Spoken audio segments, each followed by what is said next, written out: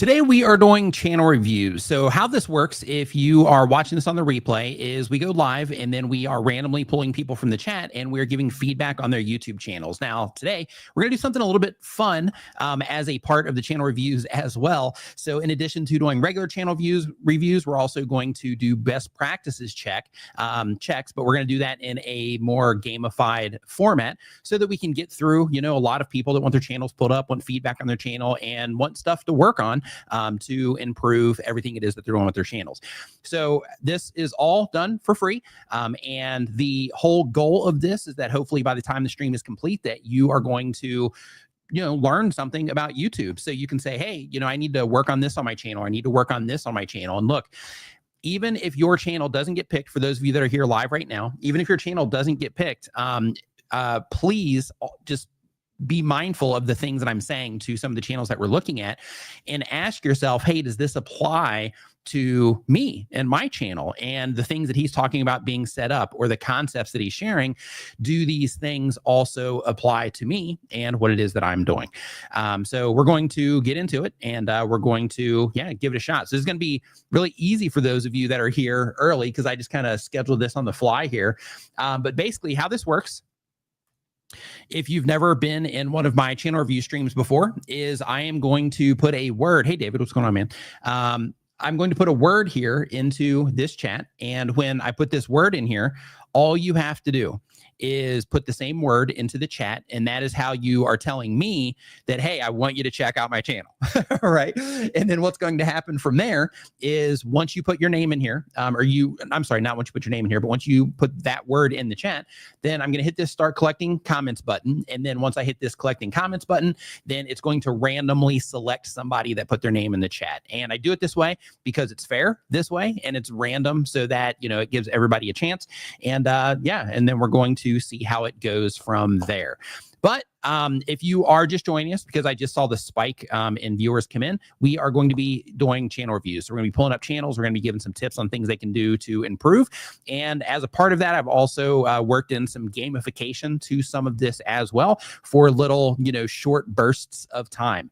But you'll see what that's all about here in just a little bit. So we'll see. Okay, so the very first thing we're just going to do is we're just going to use review as the first word here. So all you have to do if you want your channel pulled up is just put in the word review. And then we are going to, see those entries come in. And then we will have, they're starting to come in now. So as those come in, once we just get a nice handful of channels in here, then I'm going to hit that draw button. And then we're going to randomly select somebody. And then how this works is I pull you up on the channel and we look at everything it is that you're doing and we give you some tips on what to do. And then in addition to that, like I mentioned, I have some gamification that we're going to be doing as well, just to add a little bit of fun, a little bit of spice to the channel reviews here. Christina Smallhorn in the house. What's going on, Christina? Hope you are doing great. All right. So we're at 29. I'm just going to wait for it to hit 30 here. And if it doesn't, in 5, 4, 3, 2, and 1. All right, here we go. And if you are watching this on the replay, I do want to let you know we are going to be doing these on a more regular basis. So because of that, make sure you are subscribed to the channel. Make sure you have notifications turned on because sometimes, like today, I'll just hop in and do these. Other times, they'll be scheduled a little bit more in advance. But because of that, just make sure that you do have these scheduled. Okay, or that you do have notifications turned on for these. So the very first channel here is called Unraveled. And we are going to check Unraveled here. So my process on my end is I have to pull it up, look at it, make sure everything's family friendly because, we do have a family friendly stream here and it looks like it is family friendly. Okay, good. Oh, you do snake content. That's cool. Okay, so we're going to pull this up here and then we're going to get to work here. So the very first thing that we do when we look at channels, and I actually have a checklist here as well. And this is part of the gamification, stuff that we're going to do here in just a little bit. But basically, this checklist is about making sure that you do have best practices covered. Because when it comes to YouTube, it's important to make sure that you are doing, all of the things. That comes down to making sure your channel set up properly. But the main thing that's going to move the needle for you is what it is that you're doing with your content, right? Because at the end of the day, the things that matter the most are you grabbing people's attention with what it is that you are doing? Are you making videos on topics that people care about? Is your channel a resource for people to where they'll want to come back? And are your titles, compelling or at least informative with what it is that you are doing? So let's go ahead and get started here. So the very first thing in your case specifically is channel art. So if we look at your channel art right here, it might look great on a TV. I'm not sure. Let's check real quick. Yeah, so on a TV, it looks pretty cool. But when it comes to a computer, you can see that, we are kind of limited here. In addition to that, if you look at the mobile view, you can also see that if somebody sees it on a mobile device, it's not that fantastic in terms of giving them any information about what it is that you do, because there's a person here and then you see the snake and you see like the staff over here. So there's no real clarity on what it is that you actually offer.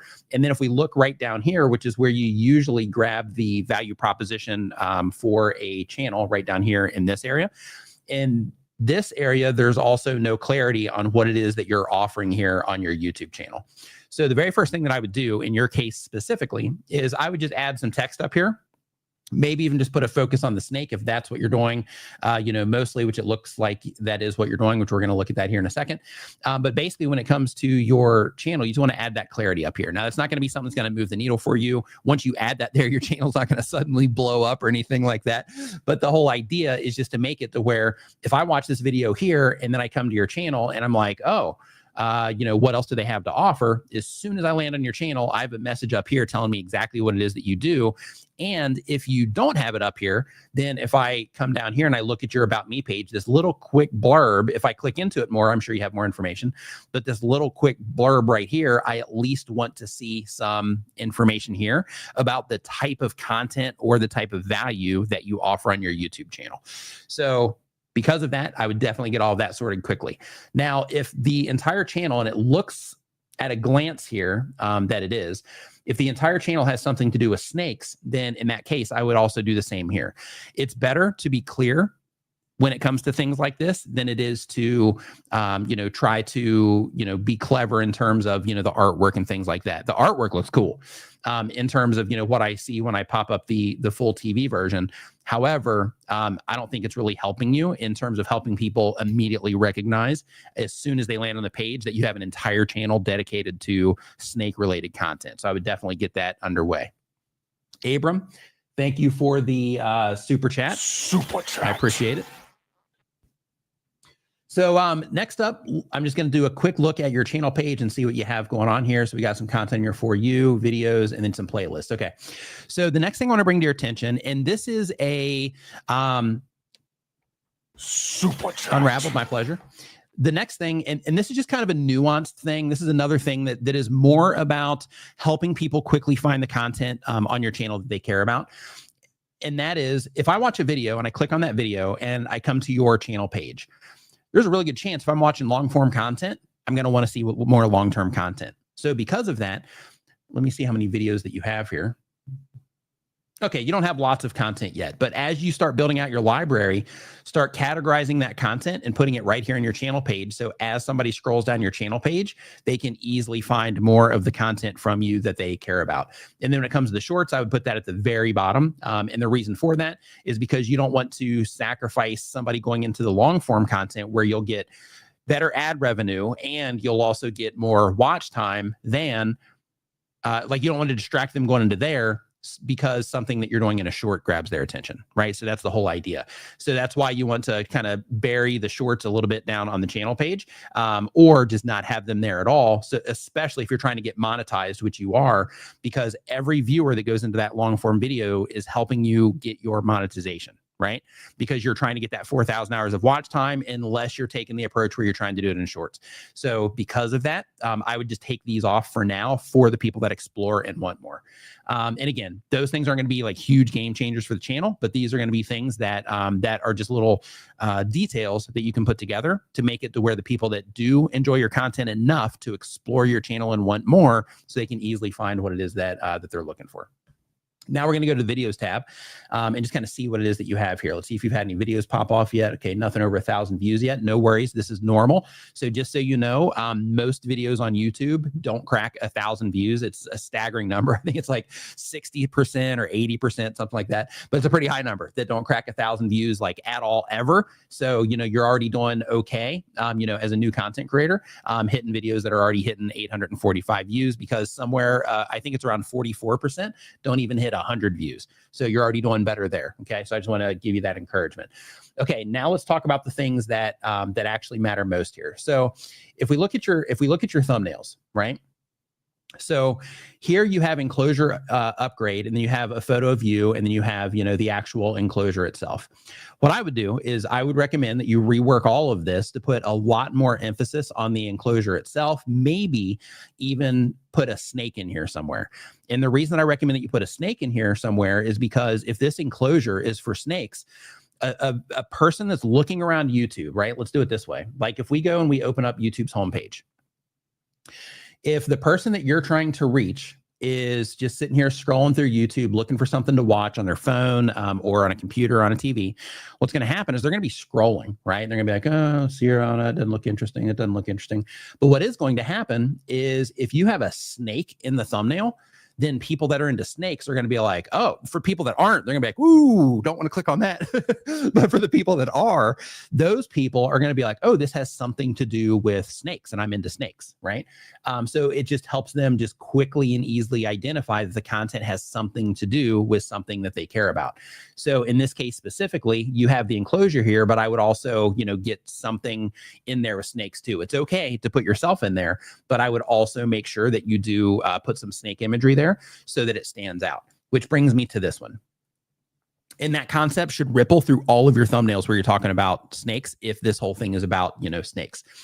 So here, this one I think is much better than that enclosure one, but I would make yourself bigger, right? To where you're filling this whole thing out more because this is cool. But one thing that I would do is I would actually help the focus be more on you by not using such bright colors in the background. So yes, bright thumbnails can grab attention, but what you're trying to do is you're trying to make sure that when you do grab attention, that attention is focused on the thing that's going to help the viewer identify the content about something that they care about, which in your case specifically is the snakes, right? So because of that, I like what you're doing here. This is good. What you're doing over here, this is good. But I wouldn't worry about the little refresh icon. That doesn't matter. But what I would do is I would make yourself bigger here, and then, you know, maybe move this a little bit more into the picture, add a little fade there to increase the perceived quality of what might be behind this click. And then just use some real simple text up here, which you kind of are. But when it comes to using text on your thumbnails, another really important thing that you want to make sure that you're thinking about is if you look at your text here, none of this says anything about a snake on it or anything related to that, right? So some things you can't take with you. Let me see what your title is really quick on this. He shed his skin again, and so did I. Yeah, so maybe something like, you don't want to repeat what it is that you have in your title. You know what? As long as you use the snake imagery, I think this is okay. But I would definitely dim the background down and use something else to where you pop a little bit more. Same thing with all of these, right? Because it looks like you're going with the general idea of like bright thumbnails grab attention, but it's more about grabbing attention to the right thing in your thumbnail. Same exact thing here. Snake is small, right? So since the snake is small, in that case, if this were to show up in suggested videos or anywhere on YouTube, even on your own channel page where it's small, then in that case, you can see you clearly and you can see the text, but the text doesn't say anything about feeding, right? Whereas the second snake feeding would make that a little bit more clear. But you definitely should try to have a larger emphasis on the snakes itself in order to make sure that that this is standing out and grabbing attention for people that are into snakes. Another thing too, I just want to compliment you on here is like the image quality down here is kind of rough, right? And I'm sure you can agree with this, but it looks like what you've done since about this one, the actual image quality that you're using is much better also. And really quick also, when it comes to your thumbnails, you want to make sure that you're just not overcomplicating it, because right now with your thumbnails, you're just filling in a bunch of space, right? So instead of doing that, try to like, if you're going to use simple thumbnails, a better approach for this particular thumbnail would be this picture over here, move that over here because you have this harsh line over here. It'll make the whole thing look better. And then completely remove this altogether, make it a darker background so that you can, pop out a little bit more. And then just shed and got bigger. My snake shed and got bigger. Would be the text, and then that would be centered, right around in here somewhere. And again, the whole thing is about clarity and focus when it comes to thumbnails, okay? So I'm using that clarity and focus to grab people's attention, help them identify that this content is about something that they care about, okay? So from there, I could go into your video descriptions, things like that. But like you're just getting started, I think right now, I would just spend your time on getting your thumbnails all sorted. And the reason that I would do that is just to help people, recognize what it's about. I also, and I'm recommending this because, you're just getting started on YouTube, and I'm not sure what you're doing at the very beginning of your videos in terms of once they click, what happens. So I have a video on my channel about what to, or how to start your YouTube videos. It was like a video or two back. So I would definitely make sure that you do check that video out. It's also going to give you some tips on just how to make sure you're capturing attention in the right way when your videos first start. Let's see here. Matt Cave Gaming. Thanks for the, oops, wrong button. Thanks for the super chats. Thanks all for all you do for everyone. I've learned so much from you and D, and continue to learn more with each stream. Thanks, Matt. I appreciate that. Appreciate that a lot. Thank you. Okay, so next up on the list, if you are just joining us, here's how this works. We're doing these for free for these channel reviews, and all you have to do is I'm going to pull something up on the screen here. Let me hit this to do another one.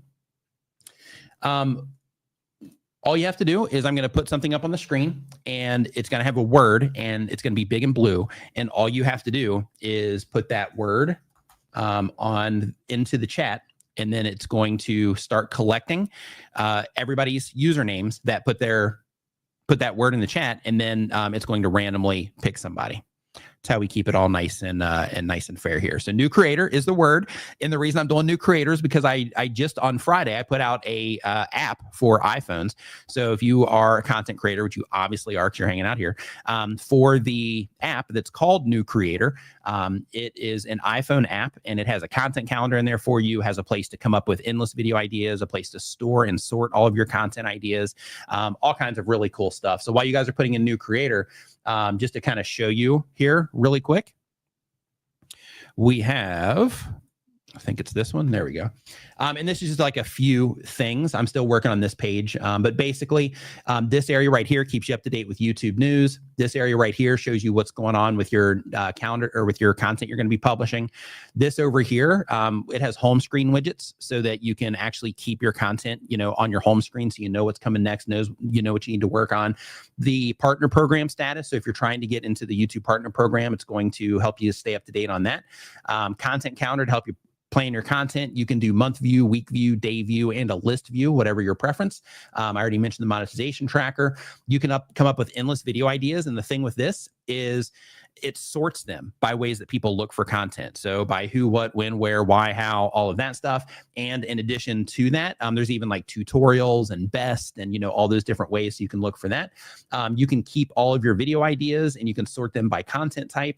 And there's even fun stuff in there, not fun stuff, but helpful stuff like the creator glossary. So if you're a new content creator, you're trying to learn the language of YouTube, like, all the different things about analytics and cameras and lighting and audio and monetization and all those things. Then there's a glossary where you can search for terms, or you can just kind of go through it and watch it. But all kinds of helpful things for you here. But this is available right now in the App Store. So you can go and you can check that out. I've got a link to it right up at the very top of the screen. So we're at 46 entries right now. So we are going to go ahead and draw this and see the next channel.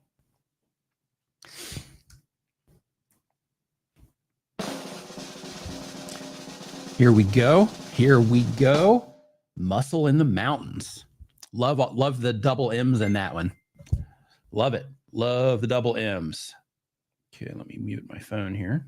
There we go. All right, so let's see here. So Muscle in the Mountains. I'm just going to look in the chat here really quick and see if I can find you quickly, just to kind of prevent myself from having to go and find this here.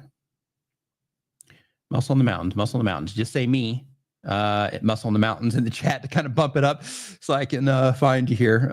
Muscle in the Mountains, Muscle in the Mountains. There it is. Boom. Thank you. Okay, go to channel. All right, 33,000 subscribers. Love it. Love seeing you pick up here. Okay, let's see what's going on. I don't know if that's intentional or not. Is that intentional? It is intentional. Okay. So not sure what's going on there, but just, I just want to show you what it looks like on a desktop. I mean, this is fine, but it does look a little bit messy. Again, doesn't matter. But if you did want to kind of tighten it up a little bit, it just kind of represents you, a little bit better there. Classic Car Show videos, Muscle in the Mountains magazine. Okay. The value prop right here in terms of letting people know exactly what it is that they're getting from you. Absolutely fantastic. Let's see here as we go down the channel, you've got videos on all over the playlist. You're using cars and all of your imagery, which is fantastic. Let's see here. Best run to the sun car show. Okay, let's just go straight to your videos tab because you're already in motion here. So we're gonna skip the preliminary stuff and just check and see what it is that you're doing. Okay, car show is down. More of our flashing lights. Which classic car do you take home? For sale, hot rod spring. So the very first thing is when it comes to your titles themselves, I would definitely try to, be a little bit more, sensational is definitely not a word that I want to use here, but I would definitely try to be a little bit more compelling when it comes to your titles. You're being informative, so you're getting there. People responded very well to a lot of your videos, but when it comes to your titles, I would definitely try to make these just a little bit more compelling. And the reason for that is because right now you're kind of locking them down, right? So car enthusiasts can enjoy car content from all over the world. It doesn't matter where it's located. So because of that, trying to not limit it from the outside here, unless you're specifically going for, people searching for content on that right after it. And then you're going to post optimize it, after the event is passed and after, people kind of die down on, searching for this particular thing. But basically trying to make this a little bit more broad in nature so that it's not locked into a specific area. So one thing that I would experiment with on your channel specifically is for things like this. Hold on. At Madison High. Yeah, so like right here we have at Madison High. This particular Memorial Day show with the Carolina push rods. Best of Nostalgia Racing with the Carolina push rods and friends. Okay, so when it comes to Carolina push rods, like if they're famous in that industry, like using their names is perfectly fine. But one thing that I would definitely do is I would try to think when you are packaging your videos up, I would try to think like from the outside, how can you broaden this up so that a car enthusiast from anywhere that's interested in drag racing to where it would apply directly to them when they are seeing this presented to them on their homepage. Another thing about this also is when you're putting the videos together, you can even say, right, hey, we're at the, whatever, drag show at, we're, with the Carolina, push rods and, we're going to be taking you through whatever. And, you can go through all that once they're in the video itself. But I would try to make it a little bit more accessible from the outside where you're not drilling it down into very specific locations, just because that can be a little bit limiting sometimes where, sometimes it's okay, sometimes it's not. But the thing I would experiment with though is trying to widen these up a little bit to make them a little bit more, to make them apply a little bit more to more people that are just interested in cars and that don't necessarily have to care about the the locations, or maybe even in some cases because I'm not sure who the Carolina push rods are, but unless they're like really famous or something like that in that industry, then even using things like that might negatively impact it. So I know YouTube, they are working right now on a title A/B testing tool. So as long as they actually roll that out, because they're just testing it, but as long as they actually end up rolling that out, then, we'll be able to do all this stuff really easily, at that time. But one thing that you can do like now is you can say, okay, I published this 9 days ago. People might still be looking for that, not sure, but you can go in and you can see, am I getting search traffic from this? If you're not, then in that case, just looking at this, and instead of being, which classic car would you take home, try to make that more interesting too. So instead of which classic car would you take home, make it something a little bit more like, these classic cars were, so clean, I had to make extra footage, or, just something like that. Not that exactly, but, something along those lines, just to kind of make it a little bit more exciting. Because when it comes to your thumbnails and titles, like, one of the things that you got to think about is that it's helpful to make it to where it makes somebody feel like if they're into that subject, that they need to watch the video instead of they could watch the video, right? So those types of things can be helpful. And when you can start making your content more broad in nature in terms of that it applies to people or more people, then in that particular case, it gives you the opportunity to have a higher limit in terms of the possible views that video could get in a smaller amount of time. But I think, things like Memorial Day car show, right? Things like that are fine too, because I'm sure, around the Memorial Day thing, there's lots of car shows around that. And that's also going to be something that, people are going to be searching for. So I think you're okay there. And if they're looking for content on that, then YouTube might recommend your content, around those things, which is definitely a win. Just out of curiosity here. Huge car show at Myrtle Beach, Pigeon Forge. Yeah, so your best videos are locked into locations here, which is good. But I would definitely still try to, make them more broad if you can, for the sake of just making them more interesting to people who are just interested in cars, regardless of, where they happen to be. And one more thing I want to check here. Man, I love, oh, look at that. Gorgeous. Absolutely gorgeous. When I was younger, I used to want one of those. I don't know if that's like which Impala that is, but I used to want one of those. I think Dr. Dre is responsible for that.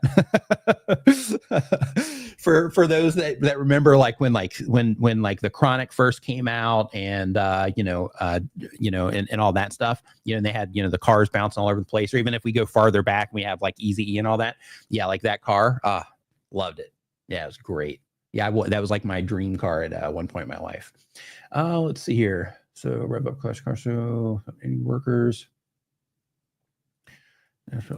Okay, so you're fully filling out your descriptions. All this is okay. So other things that I would consider too, and you're doing this down here, is I would also try to get these like higher up. And the reason for that is because the tool that I'm using right now, it automatically opens the video descriptions. But here, we'll just show less. We'll do it this way. But one thing that you might want to do here is, because you are being kind of limited in what you're doing with your video descriptions, putting a link to that playlist, right up here, or at least putting it in your pinned comment, is definitely something that could be advantageous for you for feeding people into additional videos of yours if they like how you put things together. And as another side of that, oops.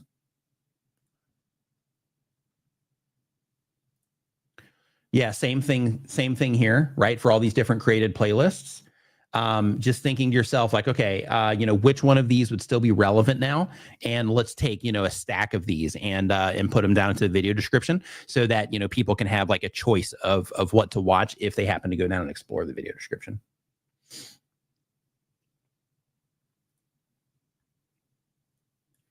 Other things that you can do as well, which you might be doing, no, you're not, is you can also make sure that somewhere in these videos that you're also adding cards. And the whole idea with adding cards there is that, you're going to be able to send people into more of the content that they like. What I'm explaining right now is just making it easy for people to, find more content of yours that they care about. But, making sure that you have info cards in your videos. And also, once you get to the end of your videos, right now, you're just asking people to subscribe. In today's day and age on YouTube, asking people to subscribe is fine. Doing it somewhere in the video is fine. But in today's day and age on YouTube, what you want to do is you want to make sure that you have other videos here that people can watch if they choose to. And the reason for that is if somebody's dedicated enough to your content, I know they're spending an hour with you here, almost an hour. if somebody gets to the end of your video and they have something else to watch, if they're just hanging out, they're binge watching and they love what you just went through with them, then in that particular case, you're just making it easy for them to find more content without them getting distracted by all this other stuff that YouTube is going to be throwing at them. Okay. So hopefully that helps. Okay, so this next one we're going to do, this one is called Sudden Death for this next one. So with Sudden Death, this is the gamified version of the channel reviews. So how this particular part is going to work is going to do the same thing to where I'm going to take 3 channels and we're going to do this just back to back, and we're going to see how far they can get. And the reason that I'm doing this is because a lot of times when I'm looking at channels, a lot of people don't have just the general best practice stuff set up. And I want to make sure that, that, you know, if you're hanging out here, that you at least have these, you know, things set up so that you can just make sure that, you know, everything is set up properly so that you can just focus on making great content. And then you don't have to worry about all of that stuff, you know, moving into the future. Okay. So this is more of a gamified version of channel reviews, but for this one, even if you get into the sudden death, if you're one of the 3 channels that that we pull up here into this, even if you get into this part, you can still, you know, put your name back in for another like full review like we just went through. But for right now, we are just going to do this, and we're just going to put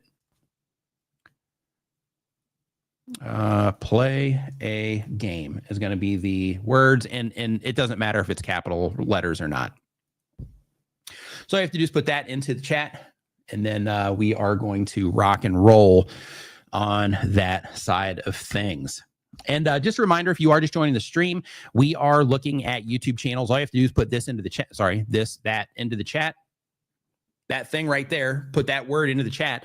And once you have that in the chat, then once I hit this draw button for this, we are going to randomly pick 3 people. So we're going to have this one right here. And then as soon as this person gets terminated, then we are going to move on to the next one. And then after that person gets terminated, we're moving on to the next one. I'm just curious to see how far people get. Like, this is going to be pretty interesting. Paul, what's going on, dude? This is going to be pretty interesting because I'm curious to see how this goes.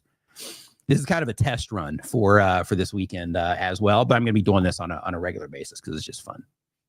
I mean, I think it's fun. You guys might think it's stupid. we're going to find out. We are going to find out. Okay, so we got 49. So here we go.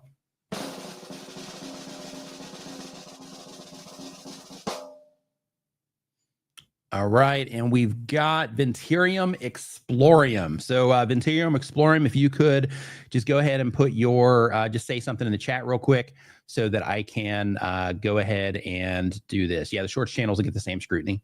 Absolutely. Let's see here. Nope, that's not it. Venterium. Looking for Venterium here. Paging Venterium. Let's see here. Looking for you. There we go. Okay, Venterium. So you are the first person ever on the channel that we're doing this game with. Okay. So yeah, so here we go. Okay. So what this is it's called Sudden Death. And hold on. Let me know if you hear this or not. Uh-oh, I didn't hear it either. Hold on. Let me make sure that I have everything set properly here. Disable YouTube volume. Okay, perfect. We have side panel on. Oh, yep, not hearing it. Okay, so that's okay. We will just keep on going, but here we go. So it's so weird. It works. It worked when I wasn't live, but now that I'm live, it's not working. I wonder if I have multiple, because I have multiple windows open. Let's do that. I'm just going to refresh this here really quick just to see if it matters. Yeah, it just completely not working now. Oh, love it. Oh, I bet that's why. Reset. Nope, still not working. Okay, but we're still going to do the same thing. Okay, so how this works is I have this list here, okay? And as we go down this list, then you're either going to pass the area or you're not. And I'm going to add some stuff to this list, you know, as we go along, not right now, but I mean, you know, as we do these. And then the whole goal of this is to get the people that are in here up to speed on just all of the, general setup stuff, making sure you have everything optimized and all of that. Thank you about that being off. Appreciate the heads up. Enable YouTube mutes. You can hear it now. Yep, you heard that. Okay, so here we go. Thanks for the mute identification there. So we're going to start the review. And then as we go through this checklist, all this is we are just going to not randomly, we're just going to go through and just go one by one. And we're going to try to help people, make sure that they do all of these things.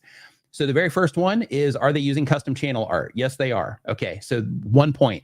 Channel art is optimized for 3 sizes, meaning for TVs. Oops, let me minimize this. Meaning for TVs, yes. Mobile, yep. And desktop. Score. Okay, so we've got 2 now. Clear, optimized value proposition, exploring videos for your journey into the past. Boom, got it. Playlist added to channel page. Oh, love it. Recent uploads are custom at the top. Yes. Okay, so now we've gotten you past that particular level, and then now let's go to the next. Let's go to the videos tab and see what you got here. So far, do you think this is stupid or do you think this is fun? Let me know. Okay, so now we're on the videos tab. Uploaded in the last 30 days. Yes. Okay, it's niche content. Absolutely. I've actually looked at this channel before. And consistent uploads. Bam, got another one. Okay, next up, packaging. Are you using custom thumbnails? Yes. Okay, thumbnail and title don't repeat text. It does not, because they're actually not using a lot of text here. So this is good. Main subject is obvious. It is, because you're focused on this kind of like ancient or old, imagery here. So we've got a yes there. No distracting elements. Absolutely not. All of this is nice and focused. Easy to read text. Yep. You're not using any like weird fancy fonts. This one's kind of borderline, but it's still pretty easy to read. So we're going to say yes. Easy to read titles. Yes, but just as a quick tip for you, when it comes to using all caps in your titles, YouTube put out information. This is a couple years ago, but they put out information saying that titles with all caps typically get clicked on less across the platform. So I'm going to keep this as a yes because they are easy to read, but just be mindful of that. And in addition to that, a little side thing that you should know is if you look right here, the yellow is where your title is getting cut off on suggested videos, right around there. So it's either going to be the O or the N where this is getting cut off on suggested videos. So just be mindful of that, but they are easy to read. Episode numbers, channel names at the end of the title. You don't have episode numbers or anything like that. Boom. Yeah, you might have all of the best practice stuff sorted. This is great. Okay, so here we go. Now we're going to go into the video watch page. Let's go. Yes, let's go. Okay, so here we go. Small paragraph for description. Best practice, bam, covered. Links to other videos in the description. Yes, got that too. Affiliate disclaimers if needed. You're not promoting anything, so you don't need that. Using pinned comments. Oh, so close. So close, but yet so far. Yeah, so you got a nice list here of additional things to do.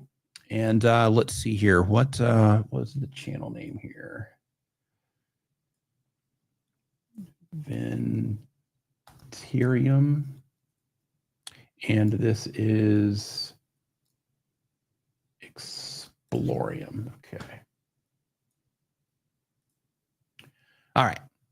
So make sure you're following me on X because I might, as long as the exported graphics turn out okay, I'm going to be sharing these over on X once the stream is finished, as long as everything, turns out okay in terms of the graphics, that are embedded in there and everything, so that we can, give you an actual list of what it is that you should do just to get all the best practice stuff taken care of. Okay, so next one we're going to do, we will go ahead and drop this into here, and we will just say, let's see here. Okay, loved it. So we're just going to put loved in there. And we're gonna see how this goes. So we're gonna do 2 more of these, like sudden death ones. So depending on the next channel that gets pulled, they might lose it on 3 things in, or they might get all the way through. We don't know. We're gonna see. But yeah. So we have this one and then one more, and then we're gonna do like a longer one where we go a little bit more in depth. Okay. And just a quick reminder, my app is available if you are just joining us. It is in the App Store now. It's called New Creator. You can find it right here. So far, we've got, I think, right around 30 people have signed up from Saturday's stream. And we've only got 1 review. So if you are somebody that's using this, make sure you do go in there and give me a review. I would appreciate it. Let's see here. So we've got loved. We got 43. Valentine's Station says they're out of the first step. We're just gonna go ahead and draw it. Let's get this party cooking here.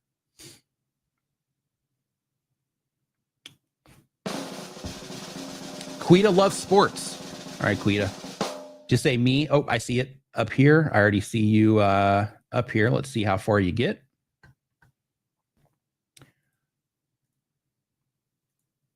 Okay, so reset all. Okay. And then we are going to start the review. Okay, using custom channel art. Oh, you got 36,000 subscribers. Fantastic. Okay, so congratulations on that, by the way. Okay, custom channel art. Yes, channel art optimized for 3 sizes. Let's see what we got here.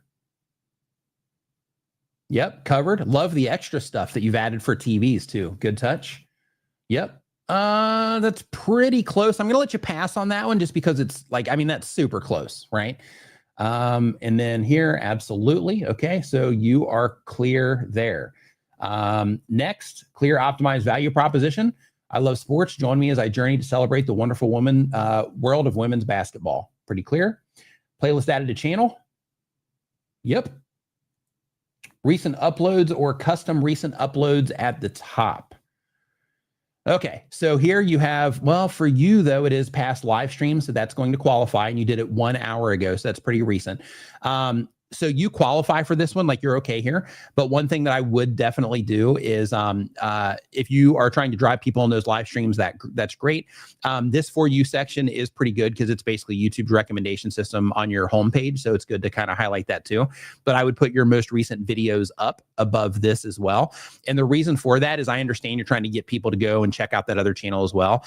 But the idea is that when you are, when somebody comes to your channel page after they watched a video or maybe your live stream and they start scrolling down, you want to help kind of feed these new videos on the channel so that you can, show YouTube, hey, this type of viewer enjoyed it. This type of viewer didn't care much about this video. This other type of viewer enjoyed it too. So it just kind of helps fine tune things for them with every viewer that you push through here. So because of that, I would definitely, get that sorted, but you passed on this one. Next. Videos tab. So uploaded in the last 30 days. I mean, we saw that you were there in an hour ago. So I mean, you crushed that one. Niche content. Yeah, women's basketball seems to be the vibe that is going on here. So I think you're good there. Consistent uploads without question. You're going, it looks like daily content. So you're crushing through this one. Packaging, custom thumbnails, absolutely. Thumb and title, do not repeat text. Okay, so here's where it starts getting tricky. Okay. Okay, so really quick, Davidson's All Natural Gym says, don't know how to optimize banner images for all 3 platforms. Jay Talks Crypto, thank you. So when it comes to not knowing how to optimize banner images for all 3 platforms, anybody else in the same boat? So what you can do for this is, let's see here, YouTube channel art template, is you can go here, and then you can find these images. So here, I'm just going to go into images here. You have to make sure you get the big one, but you can use like any of these. So you just have to make sure it's big enough. So yeah, those are small. Maybe I should just make one of these for you guys. And then that way you can have it. I know TubeSpanner has some stuff inside of there at tubespanner.com to just kind of help you optimize this. I know Canva has some stuff. Okay, here you go. 2560 by 1440. I think that's the right size. Doug, let me know if that's the right size or not. If you can remember off the top of your head, but I think this one right here is the right size. So you can just copy this, put it into like Canva or Photoshop or TubeSpanner or whatever, and then just build, like put it in as the top layer, and then just build around it. And the reason for that is you can see right here how it shows the mobile area in the middle, and then it has the desktop going all the way across, and then it has the big view for TVs. So this one right here by Hey Diane J would be a great fit. And I need to add to my list to make one of these for you guys. Okay, so let's keep going with the thing here. So thumbnail and title, don't repeat the text. So let's see here. NBA secret playoff predictor. No excuses, women's. Plays more game. Pack your bags. No stars, no slack. Okay. And I see some things with your titles too, but for this, because we're going through a different thing, just to, we can come, we can try to get you in here for another one once we get through these. Let's see. Okay, yes, I think you're clear there. Main subject is obvious. Women's basketball, yes. Women's basketball, yes. Women's basketball, yes. Not so much right here, but maybe this is here. I'm not familiar with women's basketball, so I'll give you a pass on that one. This one has a Wilson basketball to help, people that are into basketball, help it stand out. I would definitely make the players bigger, though. But yeah, it has that. So yeah, I think you're doing okay. Could definitely use some fine tuning, but I think you're doing okay in terms of the main subject in your thumbnails being obvious. No distracting elements. Yeah, I'm kind of on the fence with this one. I mean, yeah, not really distracting elements. I mean, these are kind of pulling attention, but the main focus still does seem to be these players. So I think I'm gonna give you a pass on that one too, with the exception of this one, but the majority of them are okay. So we're gonna give you a yes. Easy to read text in your thumbnails if it exists. Okay, so this one's gonna be a nuance, and Quita loves sports. I hope you don't get upset with me for this one, but if your thumbnail's big like this, in this case, I can still read this one if I put some effort into it. This is easy to read over here, but everything that's happening down here in the bottom, here, let me just do it this way. Everything that's happening down here in the bottom at a small size, it's not easy to read. So because of that, I'm going to terminate it. Okay. So yeah, so don't get mad at me from that one. But, because when I look at it and I'm like, okay, is this going to be easy to read? The reason that I, terminated that particular one is because of the, I can rename these after. Quinta Sports, I think is the name of that one. Reset. Boom.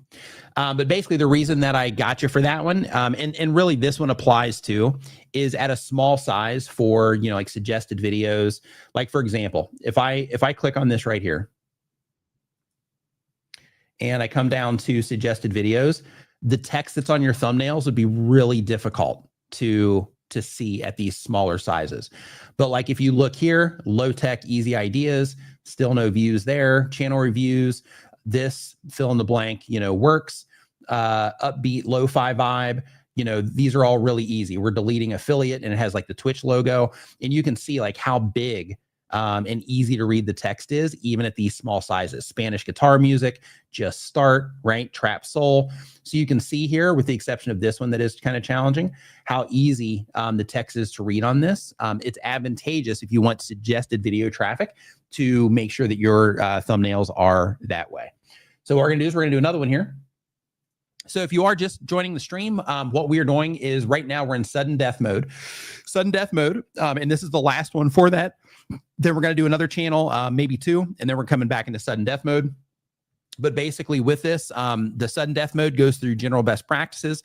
The non-sudden death mode version, that one is more about, just giving a little bit more detail, going a little bit more in depth so that, if you're hanging out here, you can, learn a little bit more besides just the, best practice. I mean, it's still best practices, but, you can get the nuance, so to speak.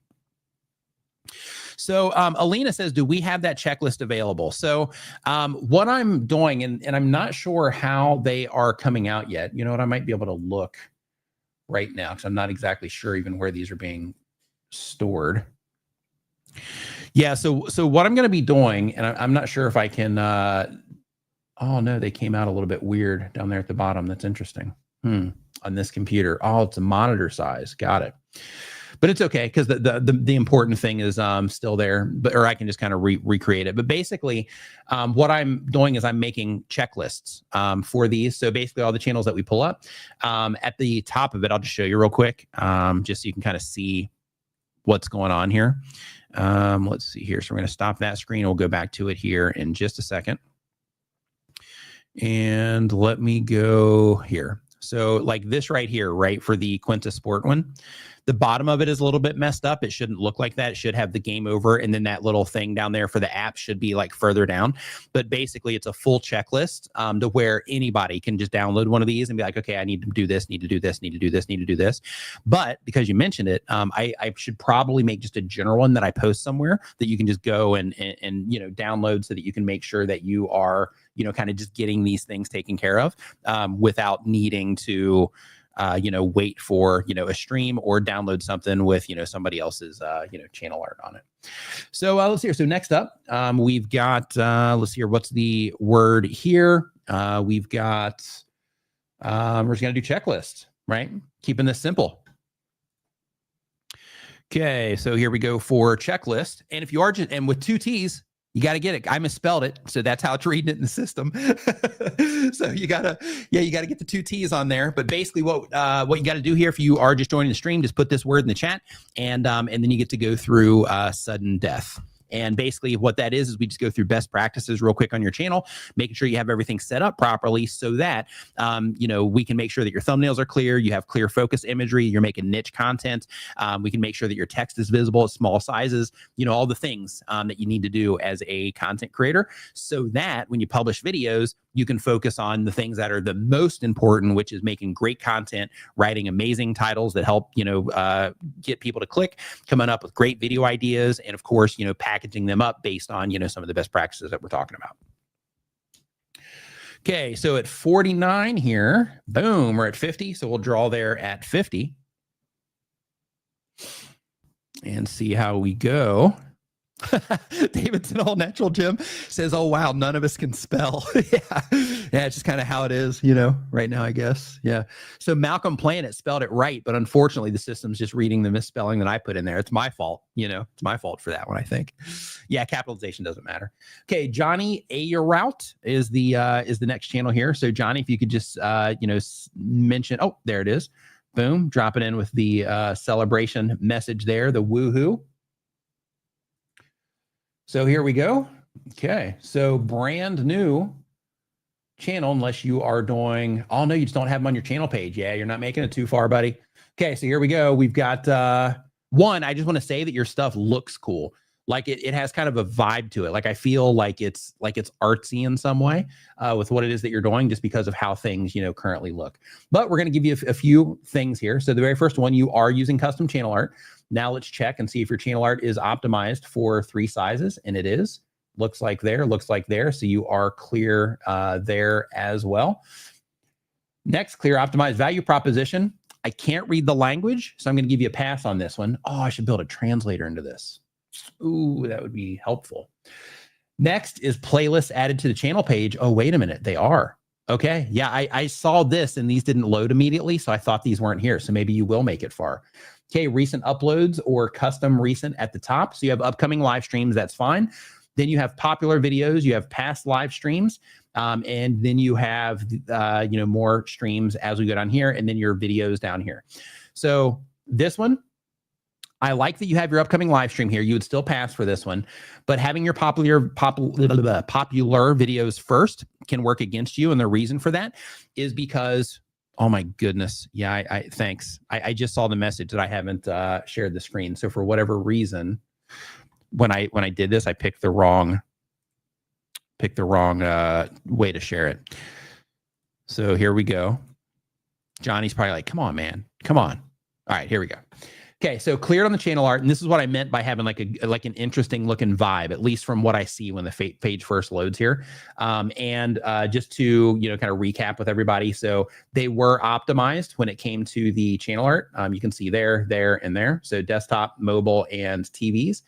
And then as I look for value prop, because I don't understand the language, I can't flag that. We have upcoming live stream here at the top. And then right here in the popular videos is next, then past live streams, which technically, if this was up here, I would let it pass more. But unfortunately, let me just confirm here what's going on with the channel. Okay, you published this 19 hours ago. Okay, so here's why this is important. Is these most recent videos aren't even able to be found here on the channel page unless I make it all the way down to here and I click into this playlist. So the reason that it's important, because I don't want to just say like, do you have it, yes or no? But I want to tell you why it's important when you don't have it. So right now, when somebody's watching one of your videos, they could go to your channel page right now. Okay. And when they go to your channel page, they see that this live stream is coming up, which is fine. They see your popular videos, which is also fine because these are videos that have done well. However, in addition to making it easy for people to find content that's already done well, you want to make it easy for people to find your most recent content so that every person that goes through your channel page, they can easily access that content as well, which then can help more people go into that content faster as long as you're getting activity on the channel. And that will help YouTube have a even clearer understanding for every single person that goes through there on other people that it should recommend the content to. So the whole idea is just setting up the page in a way to where as they're scrolling down, they can see that upcoming live stream so they can schedule, to be there for that. But you also want to make it to where, the first thing they see is that most recent videos playlist. And then underneath that, you can throw your popular playlist and then anything else that you want from there. So because of that one, we are going to terminate it. Boom. Okay, so we got that one terminated. So let me, this is probably an easier way to do this, and I can probably build this part in too. And we are just going to do that. And of course, de Inglés. All right. So that was 3. So now we're going, the next one we do, it's going to be just a little bit more in depth here. So how this works, if you are just joining the stream, is I'm going to put a word up on the screen right here in just a moment. And when I put this word up on the screen, all you have to do is type it into the chat. And then when you type it into the chat, it is going to collect your username. And then it's just going to, I'm just going to hit the draw button, and then we're just going to randomly draw somebody here. So terminated is the word that we're putting on here. It doesn't matter if it's capitals, not capitals, if it, first letter's capital, doesn't matter. It's just collecting them as we go. And again, this is free. You don't have to, pay for this or super chat for it or anything like that. But if you're an iPhone user, I made an app for you. It's at the very top of the screen or the very top of the chat. If you want to see that, helps you manage your content, your ideas, test your thumbnails, which is really cool. There's a feature in there to where it actually gives you a full report that you can download in your photos, to where it actually tells you exactly the things that you should be updating about your thumbnails as well. So I'm learning how to build apps and software and stuff. So this thing that we're doing right now, this game thing, I built this for the sake of, this right here. And right now, while we're going through this, I'm just kind of taking some notes on some things that, just kind of help everything be a little bit more efficient. Like this thing that we're doing here, I'll probably build something for this too. So that it not only shows the channel name, but it actually has a link to the channel name.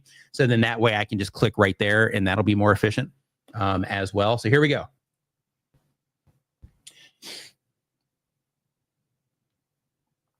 All right. Boom. Pet art, facts, and stories.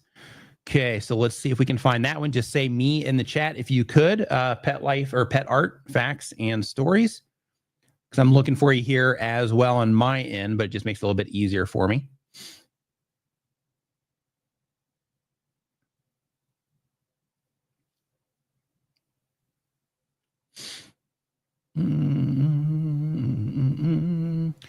Let's see here. I'm looking for, oh, found it. Oh, you just put it in there too. Perfect. Okay. So this time I'm going to remember to Okay, we're going to reset all there. And we're going to close that because we're going a little bit more in depth here. What did I do last time where I could just kind of switch between them? Share screen. Oh, it was a Chrome tab. No, that's not what we're doing. We're doing a window. Boom. And then let me switch here. There we go. Okay, I got it. Then we're going to close this one here too. Close that. Bam. Ready to rock and roll. Okay. So the very first thing, we have Pet Art Facts and Stories by Love Grows Maine. So the very first thing is I would definitely simplify your channel name. Reason for this is because one, if somebody wants to search for you, right? Like let's say, for example, I go to meet my brother for coffee and we're hanging out.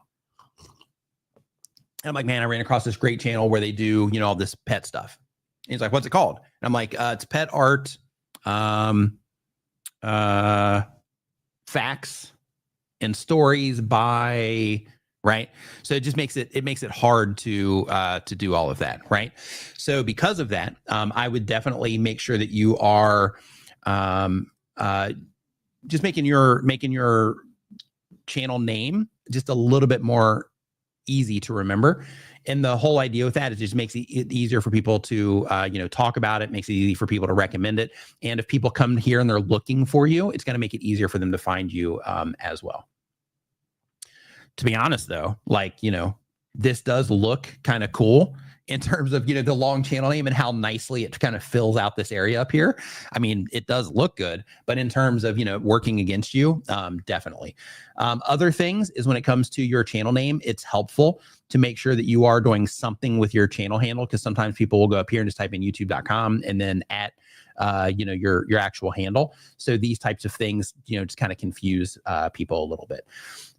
Next thing is here you have, hi, my name is Love. I specialize in bringing animals to life with my professional grade. And then you get cut off there. Make sure that your value proposition in terms of what the viewers are going to get out of your content, make sure that that's, front and center here, because that's what's most important. So if somebody shares, and another reason this is important is as your channel grows, you're going to have some people that are sharing your channels. You're going to have some people that are sharing your videos, some people sharing the entire channel. They're going to be sharing them out on social media. Hey, check, this channel out. Hey, ran across this channel. Hey, great video from, this channel, those types of things.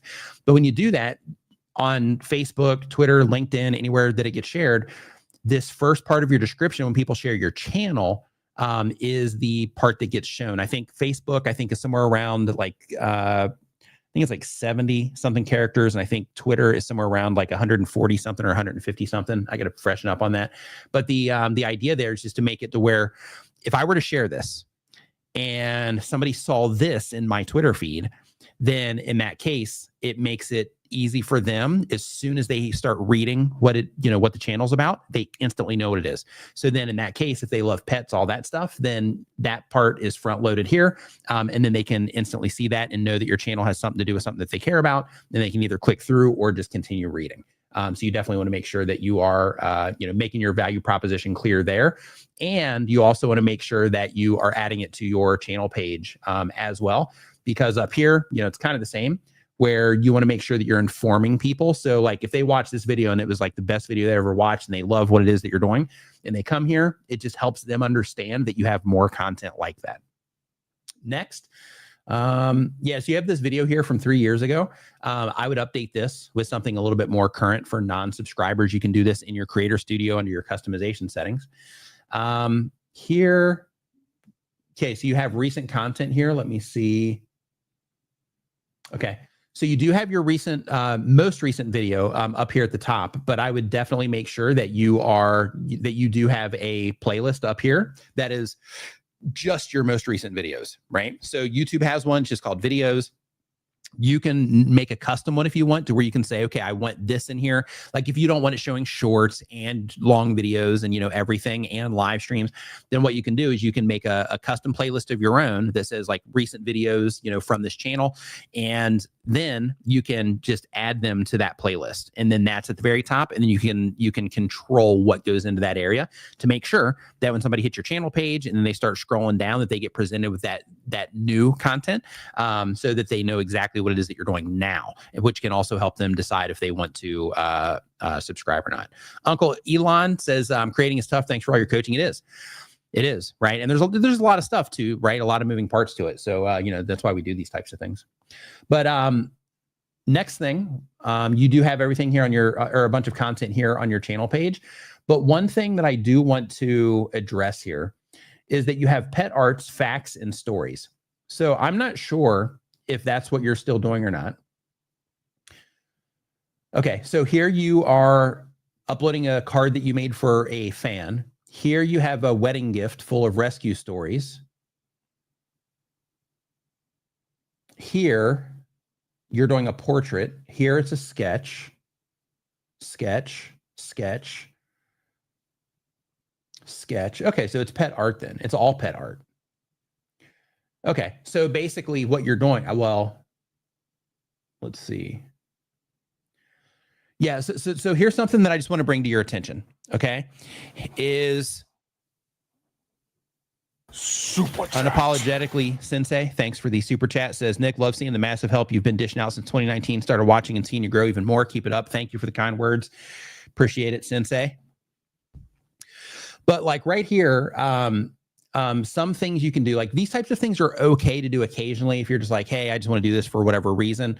But when you do them, you just have to be careful, because if the entire channel is built around pet art and maybe the stories that you're telling while you're doing this art, then in that case, as people start subscribing, as the channel starts, growing and you start, picking up momentum on this, then one of the things that can happen is if you publish a video like this, or you publish a video like this, for whatever reason, people end up responding better to that video, then in that case, it can grow an audience around your channel that's not interested in the core content that you're doing, right?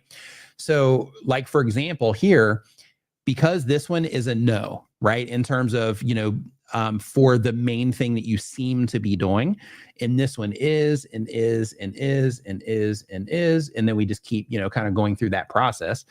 Then in that case, if somebody subscribes here and then YouTube recommends this, they might click on it because they love it. But then if YouTube recommends this, then they're going to be less likely to click on it because this doesn't have anything to do with like animal art, if they are somebody that is into animal art, right? So because of that, you can just kind of work against yourself, when it comes to this type of thing. So yes, you can also say like, I'm just making content for animal lovers and they would like any of these things. You can take that approach, but the thing that's going to be the most beneficial for you is just getting clear on what it is that you're going to offer, so that, cute dog, by the way, so that when you are putting all this together, every video on the channel is going to, it's going to be possible for people to watch videos back to back to back to back to back as much as possible. And if you do something that isn't perfectly in alignment, have it to where it's a little bit outside of it. You said they all have animal art in it. So does this one here have animal art in it too? Okay, maybe it's just the overlay here that makes it look like it doesn't. Yeah, I don't see animal art in here. Oh, okay, here down at the end, it looks like you have some. Maybe you started it with some of that.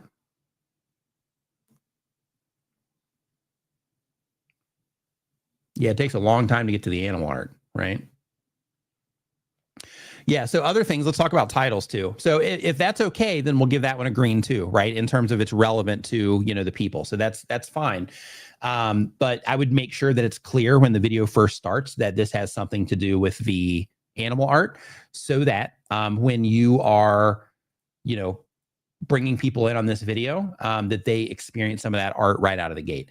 In addition to that, another thing is if the whole channel is animal art, which is what it looks like, another thing that I would do is also make it clear here, like a wedding gift full of, rescue stories and love, and then maybe like a bar and then like animal art or something like that, just to help it be just a little bit more clear that this does have something to do with animal art. So people that do like art and they like animals, so that you can connect with both of those types of people. And then the next thing I'm going to bring to your attention here is when it comes to the When it comes to the thumbnails, things like this, right? Like the rescued and loved. When it comes to that sort of thing, here, let's do it this way. If you look here on this background, right, you have this green background, and you might be doing this just to kind of color match the shirt. I'm not sure. The dog's just adorable, by the way. But what you want to do is you want to try to make the text stand out to where, like, at a small size, it just screams, hey, right? So in this particular case, white would probably work in terms of the thing that might stand out there, because you can see how much white stands out down here in the corner.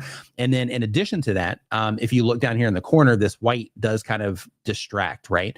So one of the things that from like a design perspective and grabbing somebody's attention perspective when it comes to YouTube and your thumbnails is you want to make sure that there's just a clear focus, and you want to make sure that that clear focus isn't being pulled away by something else that, you know, is being distracting to people, like in this case where it's the art. Another thing, kind of a bigger thing that I would focus on here is, if this is all animal art, then I would use YouTube's A/B testing feature, and I would test these thumbnails with real animals in them against animal art thumbnails, or do a split, right? So the split is to where on this side you have the dog, right? Kind of like you're doing in this video right here. And then over on this side, you have the art. So then it's like, hey, this is the dog, this is the art, and it just kind of shows people what's going on. And then in addition to that, because growing on YouTube is all about experimentation. So in addition to that particular test, I would do another one to where you have one where it's the completed art, and then another one where the art is about halfway, and then see if you notice a difference in terms of, do people click on the one that's halfway more because of the anticipation of what it might look like, or do they click on the one that's complete because they want to see how you did it, right? So I would definitely make sure that you are experimenting with that when it comes to your thumbnails. Okay, so now we're gonna do another one. So next up on the list, we're gonna do another one of these, and then we're gonna do the sudden death again. Or do you want to do the sudden death now? I'll leave it up to you guys. Do you want to do the sudden death, or do you want me to go a little bit more in depth for these next few? Because I'm going to be on for probably another 20 minutes. So we can go sudden death, or we can go into like a more long one. It's totally your call. Just let me know. I'm just going to let a few responses come in. More in depth, sudden death first. How do we run a review? Hey, Rachel, all you have to do is I'm going to put a word here on the screen. In depth. Okay, so in depth is where you're getting. Okay, fantastic. Okay, so the word here is, we're just going to do in depth as all one word together, and that's going to be the thing that we're going to do.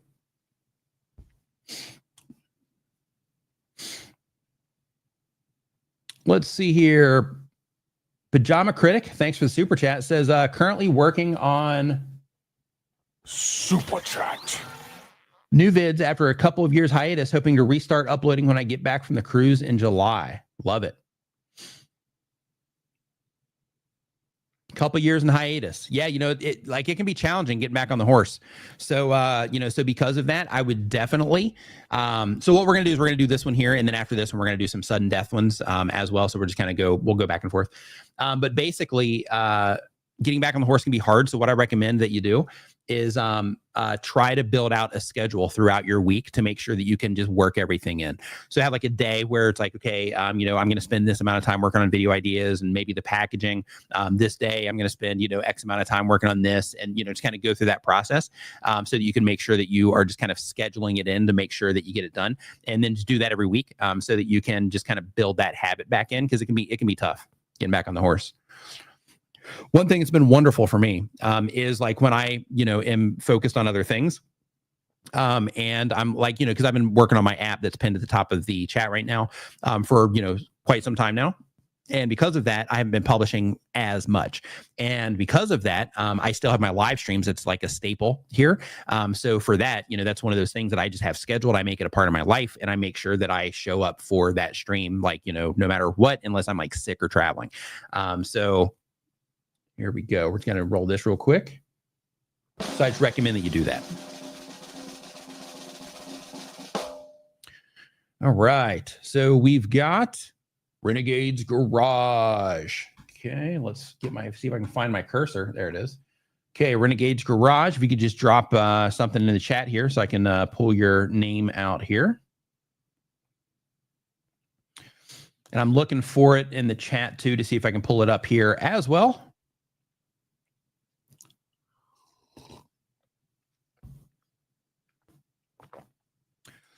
Let's see. Renegade's Garage. Here we go. All right. So Renegade's Garage. So we've got tool reviews, repairs, and more. Fantastic. Renegade's Garage up to 19,000 subscribers. Love it.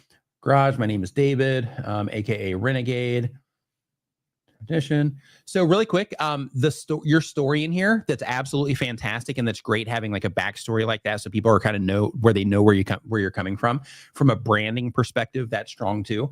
But one thing that I would do is I would put a blurb of text on top of that.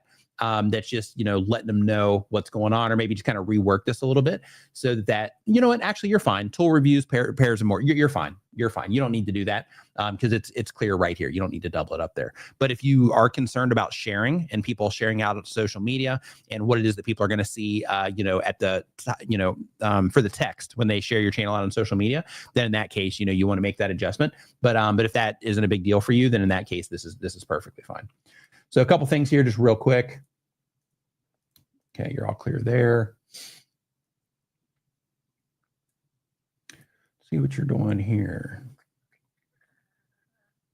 Okay, you got your own merch, doing some affiliate stuff. Fantastic.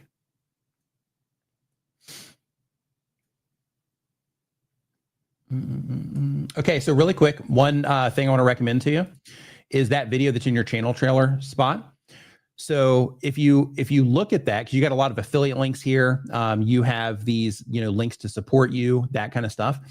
One thing that can be helpful for you is, since you already have this area right here, let me make this bigger for you. That's not bigger. There we go. Since you already have this area here, right, where your where your channel trailer is for non-subscribers, a couple of things that you can do here. One of them is to make sure that, like, right here, that you're like, follow me on social media or something like that. Or you could technically put the auto subscribe button, because this shows up for computers and that still works on computers. And what I mean by that is there's code that you can put at the end of your YouTube channel, and you can put that there. So basically it's your URL and then a question mark. And then, man, I can't remember the code off the top of my head. But basically it's a link that allows people to just subscribe right there. But the idea here is that when you have a video here, because you're selling stuff, right? You've got merch, you've got, things like that. You can put like one affiliate link here or your merch store or something like that. So it just makes it easy for people to see that particular link. And then that makes that opportunity visible for people, right? Is the idea there. Oh, you just put the video there. Okay. Okay. But yeah, I would update that when you get a chance, if this is the video that's going to stay there.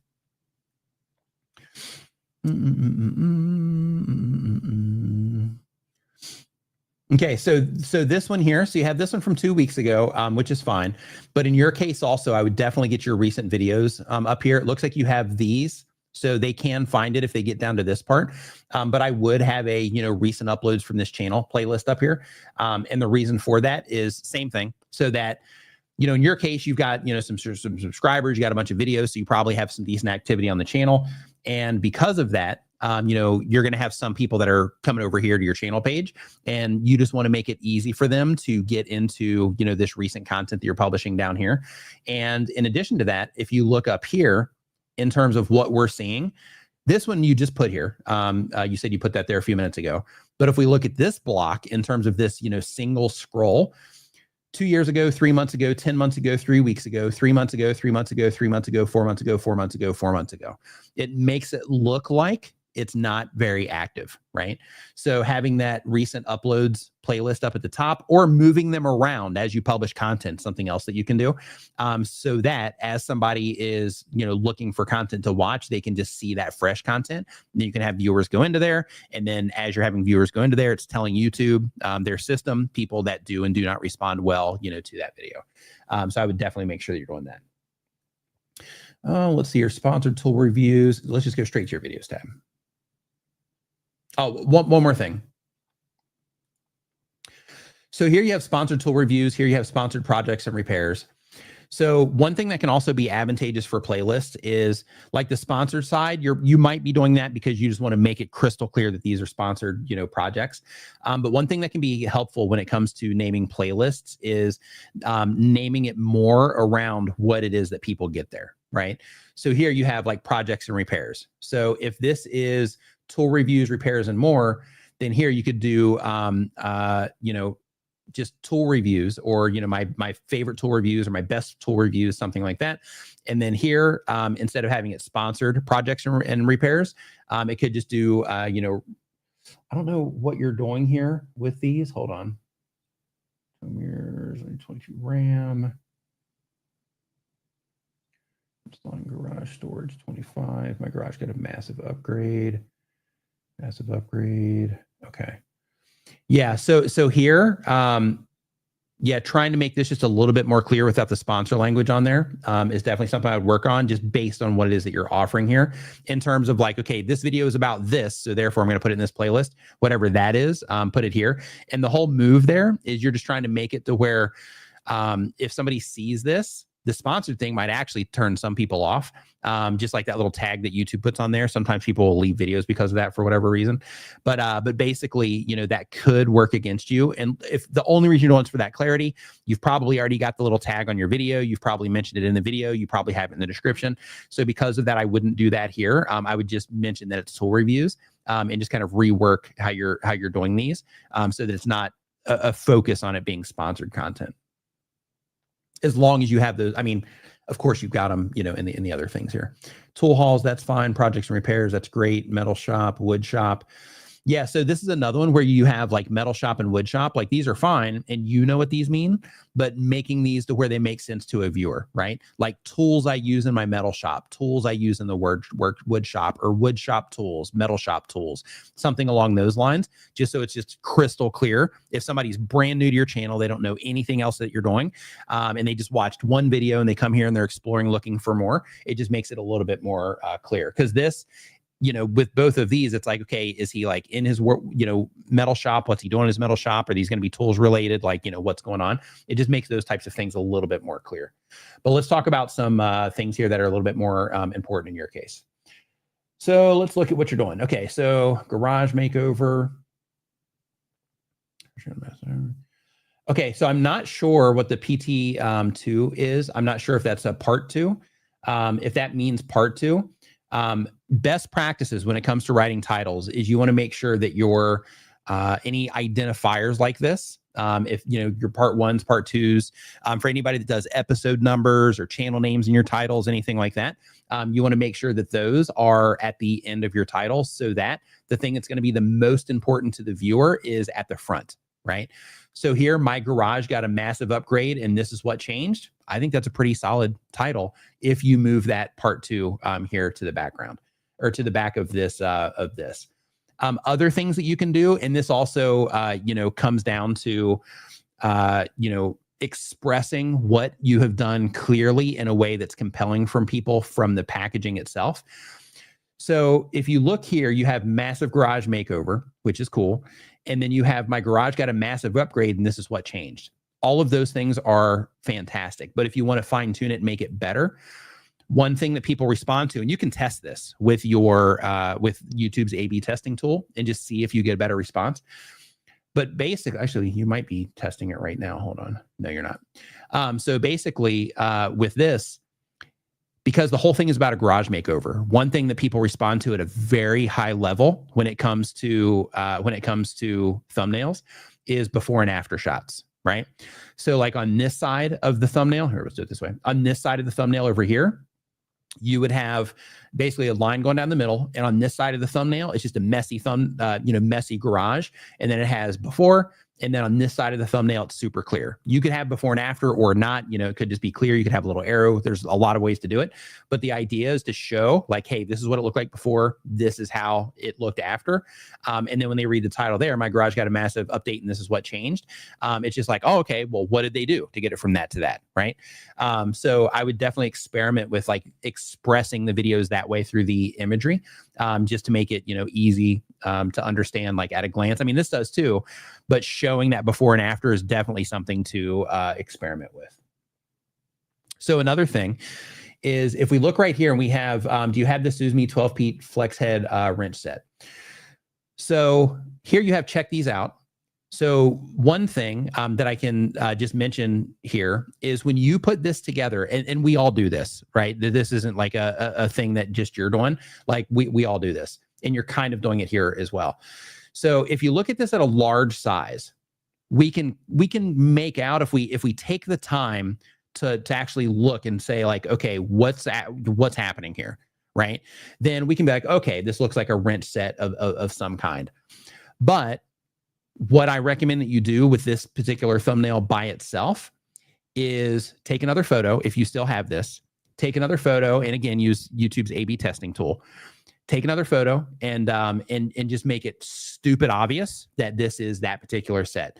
So maybe, for example, that photo might include just a flat version of it, right? You can be holding it, but instead of having it, let's use this because it's right here. So instead of having it tilted, like, kind of like this, like it is, it's just flat so that you can see the wrench, things coming up this way.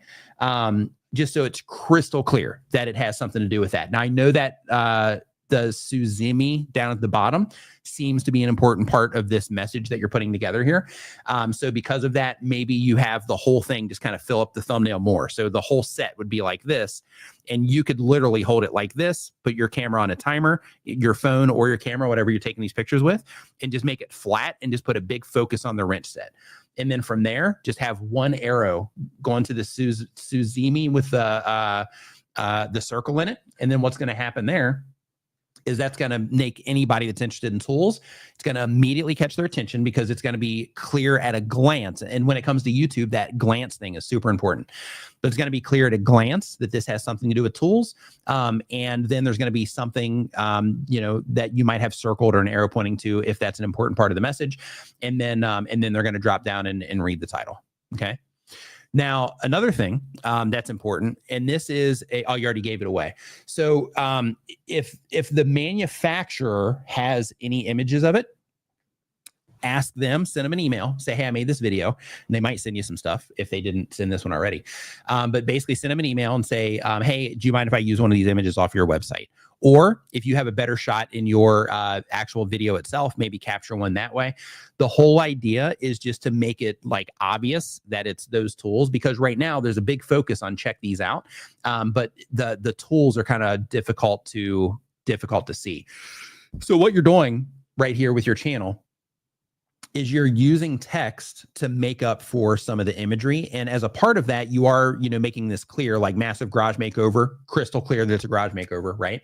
But you're not seeing much of the actual imagery of itself of what's going on with the garage, right? Like how messy was your garage? Like why, what makes that compelling? Just cleaning a garage is one thing, but the massive makeover to where it used to look like this it's a totally different message.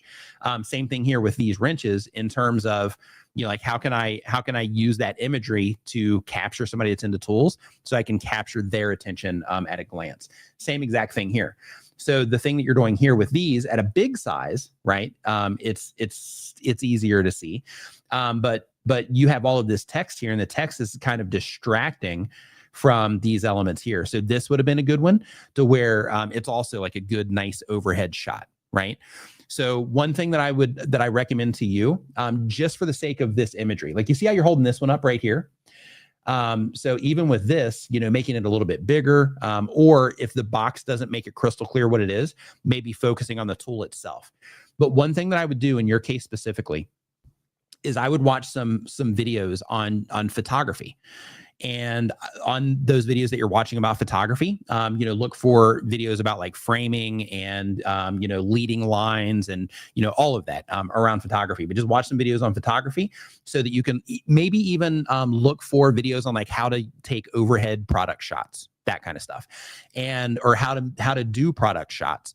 And by doing that, even though you might not set up all the lights and things like that, you're going to learn some ideas that will help you be able to present the actual products, because you're doing like, tons of products here, but it'll help you be able to kind of present those products in a better way through the imagery.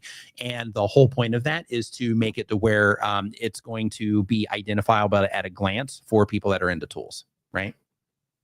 So that's kind of the idea there.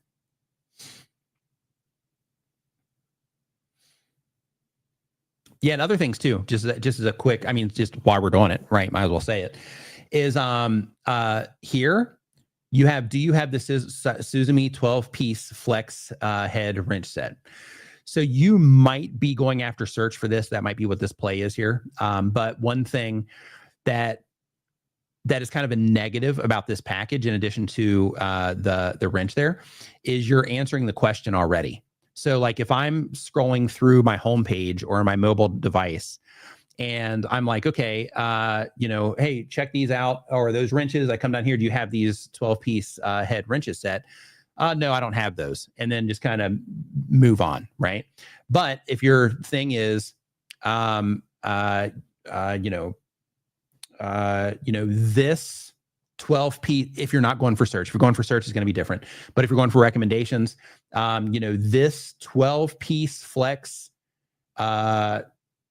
wrench set or head ratchet set, whatever would make the most sense for tool folks. This 12-piece flex ratchet set or wrench set was, I don't know, just kind of fill in the blank with something compelling there. So basically you'd remove the product name and just try to make the whole thing a little bit more exciting a little bit. And I know you said that vidIQ suggested most of your titles. So this is the downside of using, some of the AI tools when it comes to that sort of thing, is some of them are okay. Some of them are not.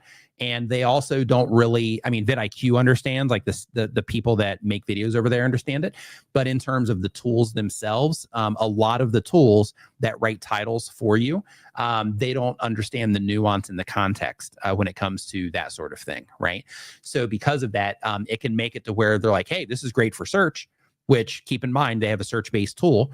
And since they have a search-based tool, most of their users are going after, search. But like, hey, this is going to get the keyword in there. So then it still applies to, like, this is something you can search for. But then when any of these tools, for anybody that's using them, and I'm not saying anything bad about vidIQ, it's a great tool for, search and stuff like that. But like when you are getting feedback from any of these AI tools for anything, just kind of step back for a minute and be like, okay, if I'm trying to reach people that are into tools, is this going to be a video that's going to just kind of give things away? It's going to be a video where they can answer it right away without needing to click on it? Or is this going to be something that, to where if I was going around YouTube and I saw this, show up on my homepage, to where I would be like, oh, this looks interesting. Like, what is that? Right? That's the type of title that you want to make. So, so one thing that I recommend that you do is, I'm not sure. Let's see here. Not even that. Let's see here. Tool reviews. So in addition to watching some videos on photography, another thing that you might want to do here, this has like a survival tool, a real survival tool. So he's kind of challenging the idea that it's a survival tool. But this is the idea that I'm saying in terms of the thumbnail, right? So here you can see there's just a clear focus on this by itself. And then we're just going to keep going down. This, even though it's small, he's got to kind of the focus in there. Let's see here. Let's keep going down. Yeah, here, clear views on the wrench itself. German engineered made. Yeah, so like I would go through and I would do like tool reviews, and then I would open up every one of these channels, right? So I would, like here, right? So let's just take this one as an example. I would open up this channel, and then I would go here and I would say, okay, what videos here are people responding to? And here we'll actually just look real quick. Over the last 3 months, like what structures are people responding to? So the videos they published over the last 3 months, we've had this one here, this one here, this one here, Crazy Lowe's Memorial Day Steals. It's going to sell out. 3 new Ryobi tools that will change how you work, right? So like in your case specifically, how we were like looking for a compelling element, right? So how they mention this here in terms of it'll change how you work. Let me find this here. Right here. So when you are looking at other channels that make similar content, you can start like making a list of these things. So like you can go through this channel and you can be like, okay, that seems pretty compelling. This seems pretty compelling. This seems pretty compelling. What they're doing with their thumbnails here, how they're taking pictures, they're kind of focusing on these things. And you can start to take notes on all of this and just start, open up a spreadsheet and be like, okay, this is kind of compelling. This is a title that's worked great for other people. This is a title that's worked great for other people. And then when you start putting yours together, you can come here and you can be like, okay, this 12-piece wrench set, make it easy to, understand quickly. This 12-piece wrench set will change how you work. Super easy, right? In terms of, making it clear. That's what I mean by easy. Doing the research, learning how to take the pictures, that stuff's hard. But in terms of, just getting some inspiration on things that are effective, because these channels that are showing up in search, he's getting like 43,000 views here, 12,000, 20,000. Channel itself has got almost 400,000 subscribers on it. So this person right here knows how to connect with people that are into tool related content, right? So because of that, I would go through and I would hop into YouTube search, like I mentioned, look for tool reviews, and then just start opening them up. And then just, if you have some time over the weekend or something like that, or just when you're downtime, and then just start going through and being like, okay, let me, just start taking notes on all these things. I don't know if you've heard us say this before on the channel, but one of the things we talk about is like, studying YouTube.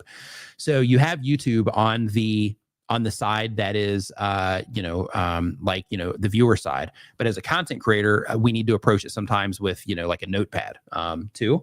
And these types of things are really helpful. And I know you mentioned here that, some of your videos do, get views on them. What I'm looking for is just a little bit more consistency to where you have, more views, more videos that are getting, 1,000 views, 2,000 views, 5,000 views, that kind of thing. So that you can start kind of notching the whole thing up a little bit, because like right now, your best viewed video is 22,000 views on it. And then if we look at yours within the last 90 days, and I'm still working on this particular part, by the way. Oh yeah, okay, so it just failed on me. Refresh it and try it again. Yeah, I'm learning how to build all these tools. So this one's internal. I'm not going to release this publicly or anything. But basically this is just a thing, that is just going to help me like, review channels. Plus I'm using some of this stuff for like research and stuff too. But yeah, so basically like over the last 90 days, it looks like the best one, as long as this is accurate, is somewhere right around like 327. So what I'm trying to do, as long as that's accurate, is I'm trying to get you to where, okay, if the best is like 327 over the last 90, like I want to get you up to like 1,000, right? So topics and thumbnails. And this is really important for all of us to remember. And sometimes you just make something because you want to make it, or sometimes you're like, hey, this is just a great tool and I want to, just kind of share it in this other way, whatever. Like that's fine too. But what I'm looking for is just to kind of get you a higher baseline, right? And the way that I think that you can do that, I haven't watched the actual video content, but from the outside, I think just some fine tuning will help you be able to make a bigger splash, so to speak, when it comes to tool enthusiasts. One, being able to identify everything easier, and two, being a little bit more compelled to click, because right now you're using some of the, you're using vidIQ to write the titles, but it's just not, the output isn't that great. Like for example, here with this PT2, it shouldn't have given you that recommendation, right? So I would go in and I'd make that type of adjustment here, like as fast as you possibly can. But when it comes to the other things, I definitely would just, go and study some other channels that make similar content, and just start taking notes on those so that we can, try to get your, overall baseline up a little bit, so that you'll sell more things as an affiliate. So sponsors will give you more money, so that the viewers that are, that are interacting with the content already, I'm sure you have people that are coming back to the channel, but so you can also increase, that part of it as well. If you have any questions about any of that, hey Tom, what's going on, dude? If you have any questions about any of that stuff, because I know that I kind of went over a bunch of stuff. If you have any questions about any of that stuff, just hit me up on Twitter. If you're on X, hit me up over there and send me a DM, and I can add any clarity to that that you want, Renegade Garage. Okay, so and don't worry, I'm not going to try to sell you anything. I'm not taking on clients at the moment or anything, so I'm not going to try to sell you into any of that stuff. Like, so if you have any questions, you need clarity, I can definitely add clarity. Okay, so next up on the list, now we're going to go into a sudden death again. And if you are just joining the stream, we're looking at channel reviews, and what we're getting ready to do right now is sudden death. What sudden death is because I have a lot of newer and smaller content creators that watch the channel. So as a content creator, it's helpful to be able to, just make sure that all your best practices are lined up and, all that stuff, and that you have, everything taken care of there. So sudden death is a game that we are playing now when we do channel reviews.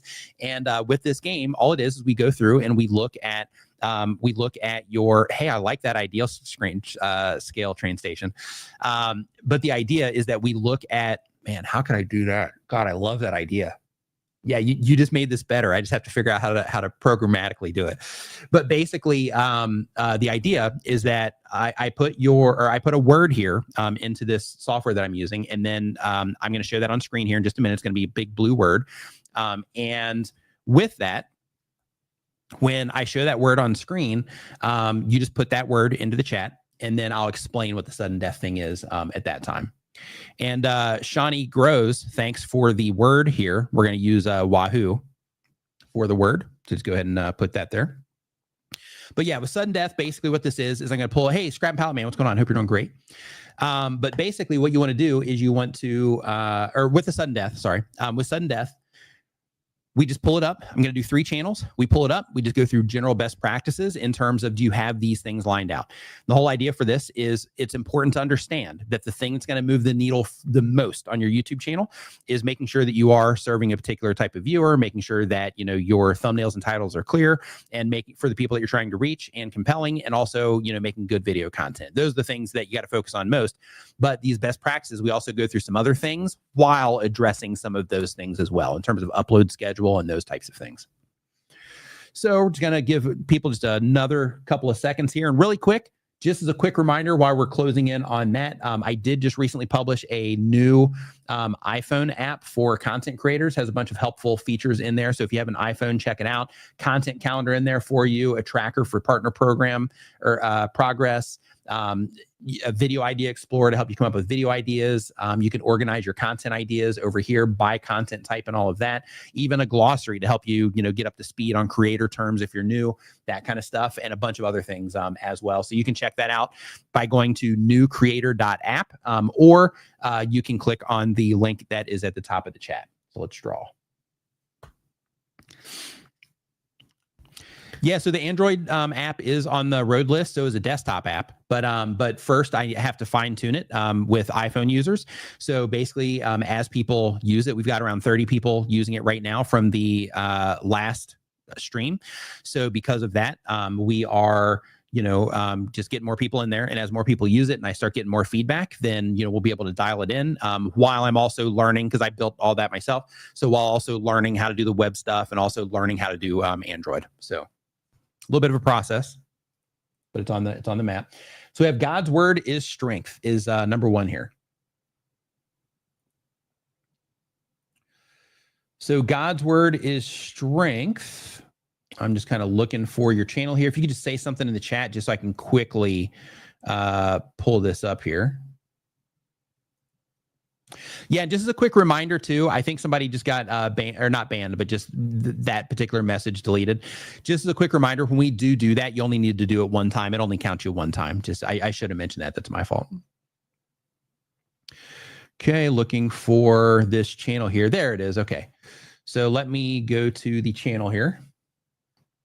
Let me make it a little bit bigger. Boom. Okay. So here we go. We are going to get this open. Let's go ahead and reset this, reset everything, refresh it, trigger this for fun.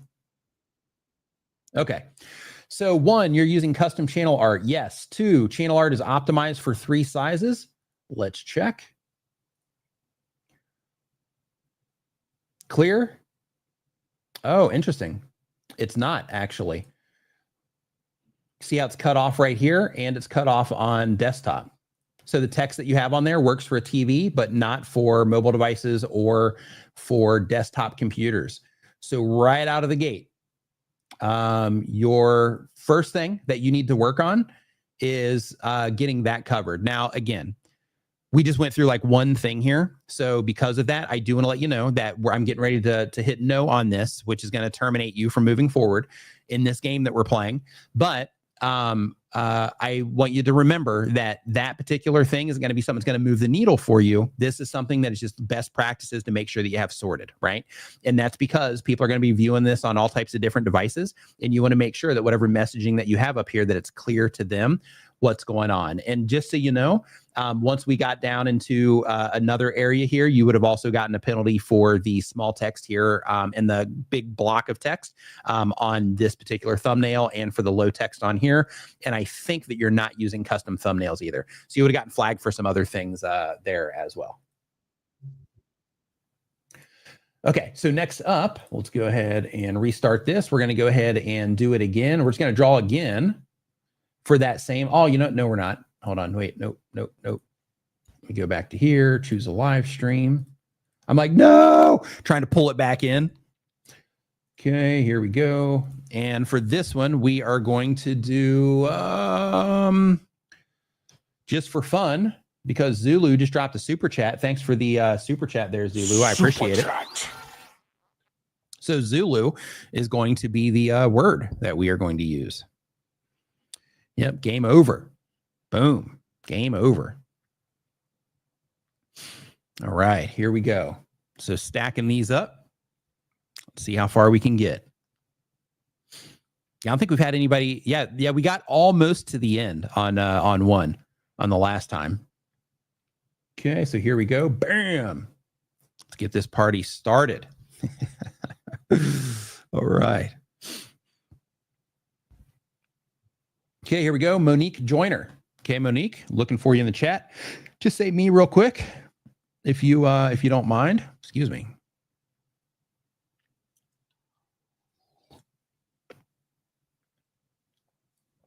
Looking for Monique, paging Monique Joyner.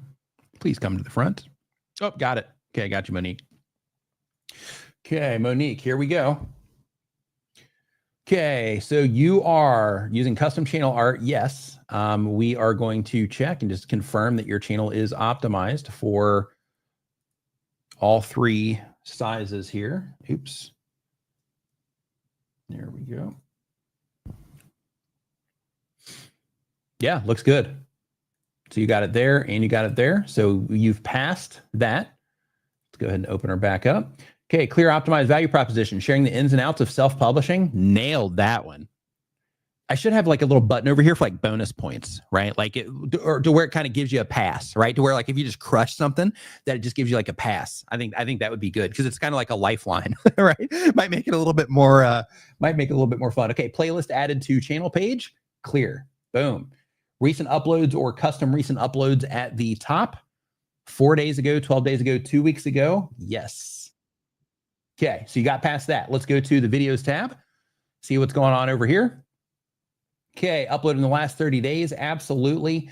You're making niche content. You are, because it's around self-publishing and it looks like you're staying on brand with that.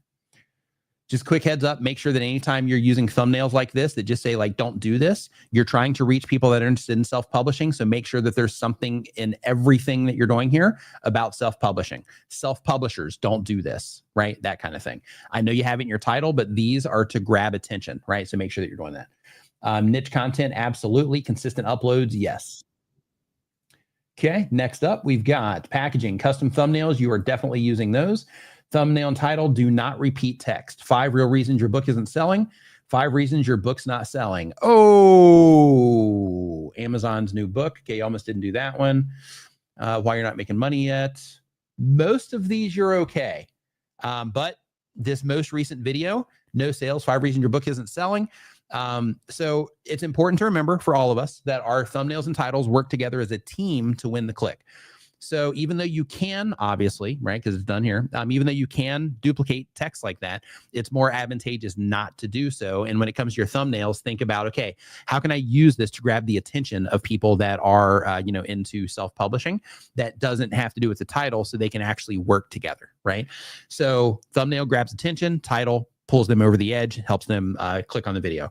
So a couple other things really quick before I terminate this is you also want to, one thing I'd recommend is if you're, the one making these thumbnails or if you're having them made, in addition to putting something in there for like self-publishers, another thing that I would do is I would also put like book imagery in there. I like that these are focused though, but I would experiment with some book imagery, and maybe in the background instead of that purple or something like that. You're gonna have to be careful with it to make sure it doesn't take away from everything else.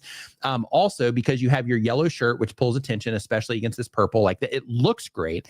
But I would use some of the book imagery in here just to make it a little bit more clear that it's about a book. And when you're doing that, I wonder if you've done this in the past. Hold on, let me click your popular videos. Oh, let's see here. Yes, it doesn't look like much book imagery at all in here. Yeah, so I would definitely try to work in some book imagery and just test it. Use YouTube's A/B testing tool and see if it's the same. We weren't looking at Zulu's channel. We just used the word Zulu for knowing to do. But right here we have the repeating text in the thumbnail. Terminated. Okay, so I think I've got a let's see here. Just to add a little bit of oomph, right? Okay. Let's try something real quick. You said the A/B testing took that thumbnail. Oh, I'm seeing the test. Okay. Yeah. So basically, this tool, like when I zoom it in like this, if the user's A/B testing, it forces me into like the small resolution thumbnail. So I had to put this like refresh button on there, but it's showing me that version here as well, unfortunately.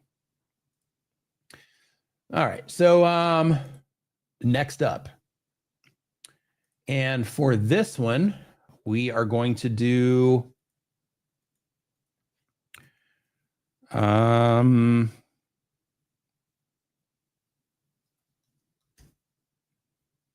sudden.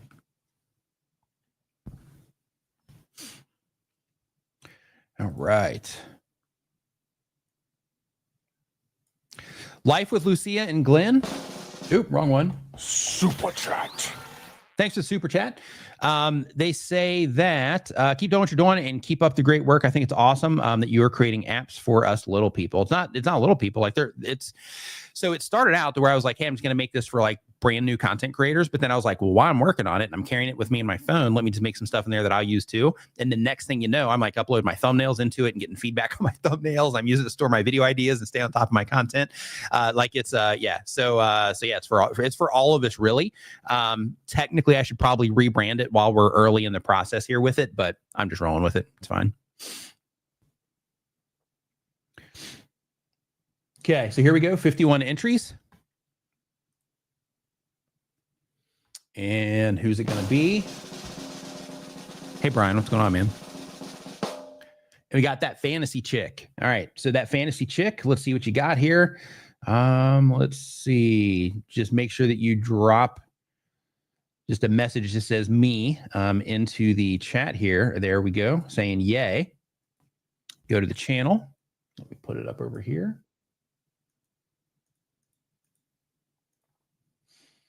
And make sure we are completely reset.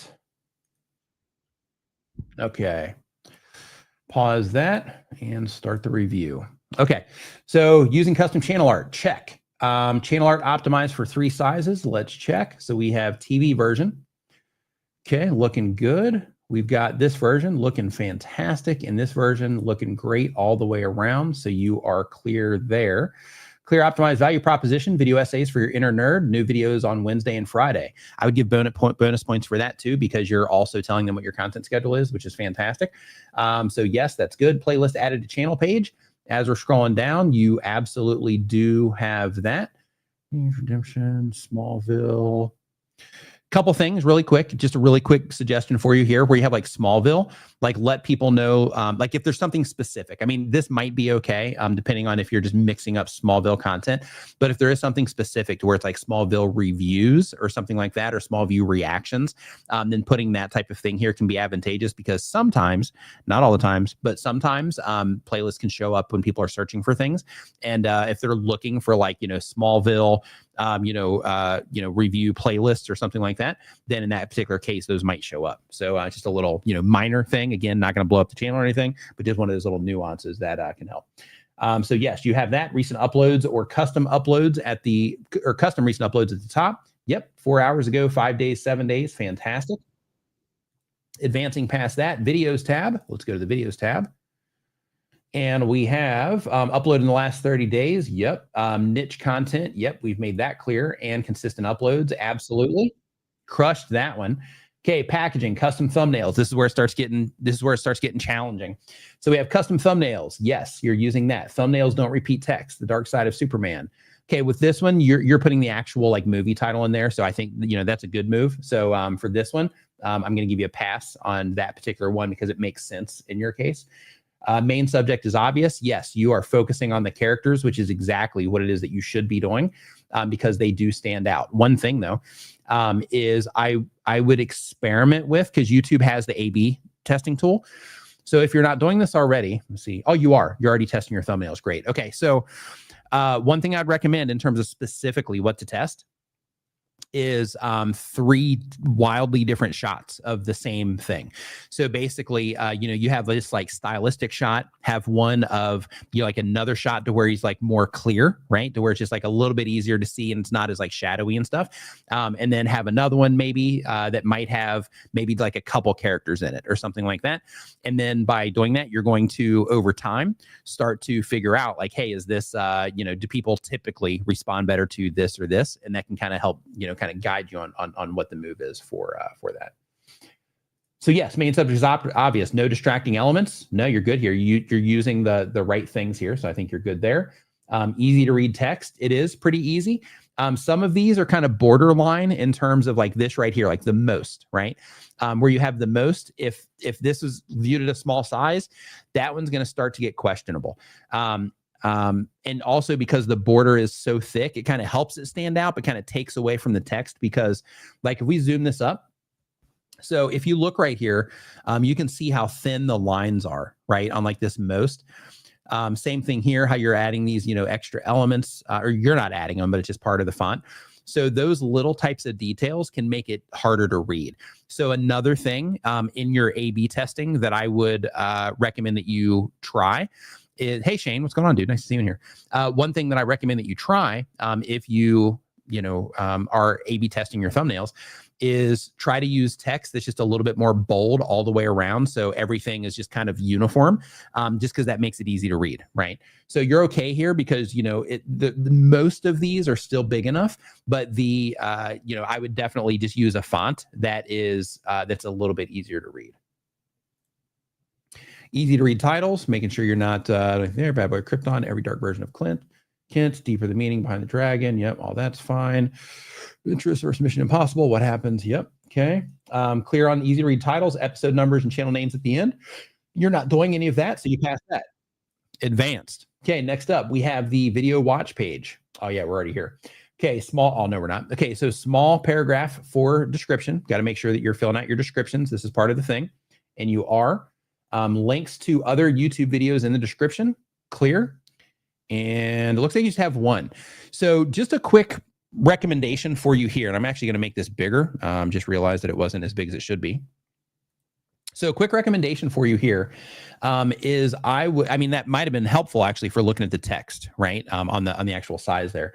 But one thing that I would also do here, because you are talking about a lot of different shows, because you have these other things down here, it's smart that you are front loading them to go watch other videos because that can help, your videos do well. But I would also be like, okay, here's the one on, Clark, but here's some other shows that I cover too. And then have playlists going to those, kind of like you have on your channel page.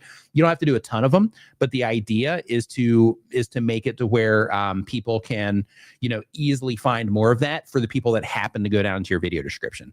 And then if you do anything in your videos to where you're trying to push people down into your video descriptions, you're letting them know that there's more info down there, or to follow you on social media through the links in your description or anything like that. Then for those people that take that call to action, then they'll see those videos down here as well, and they can click and go hang out over there. Crypto Factor, appreciate it, Paul. Oop, wrong button. Super chat. Thanks for the kind words, dude. Hope you're doing great. Thanks for the super chat, man. I appreciate it. So yeah, so I would do that. Like you cleared this, right? You're doing the thing. But I would just have a little stack there of the other shows that you're covering with recent shows. Like if there's anything that's popular at this moment in time, right? Let's see here. So next up, we have links to other videos in the description. Covered that. Affiliate disclaimers, if needed. Are you promoting anything as an affiliate? That might be your ebook. Looks like maybe your website.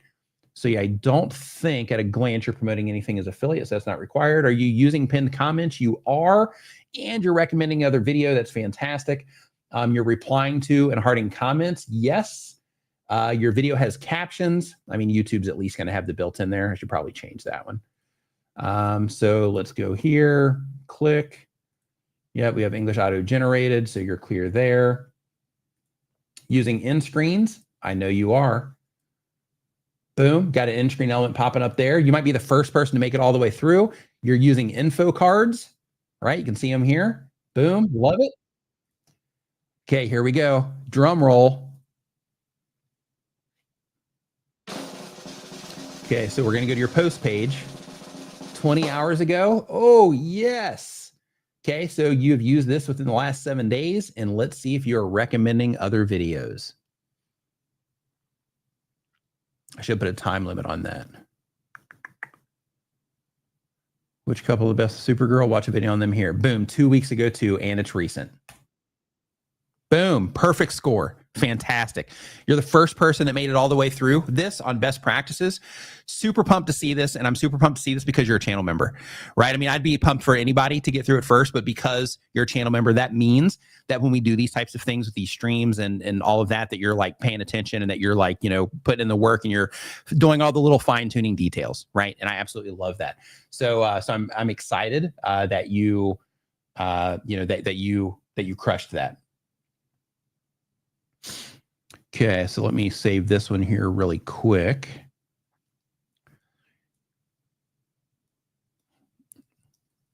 Okay.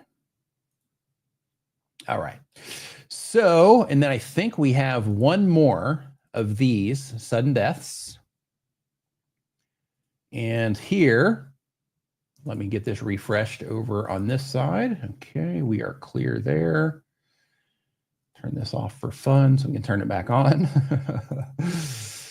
And let's do it. So we've got,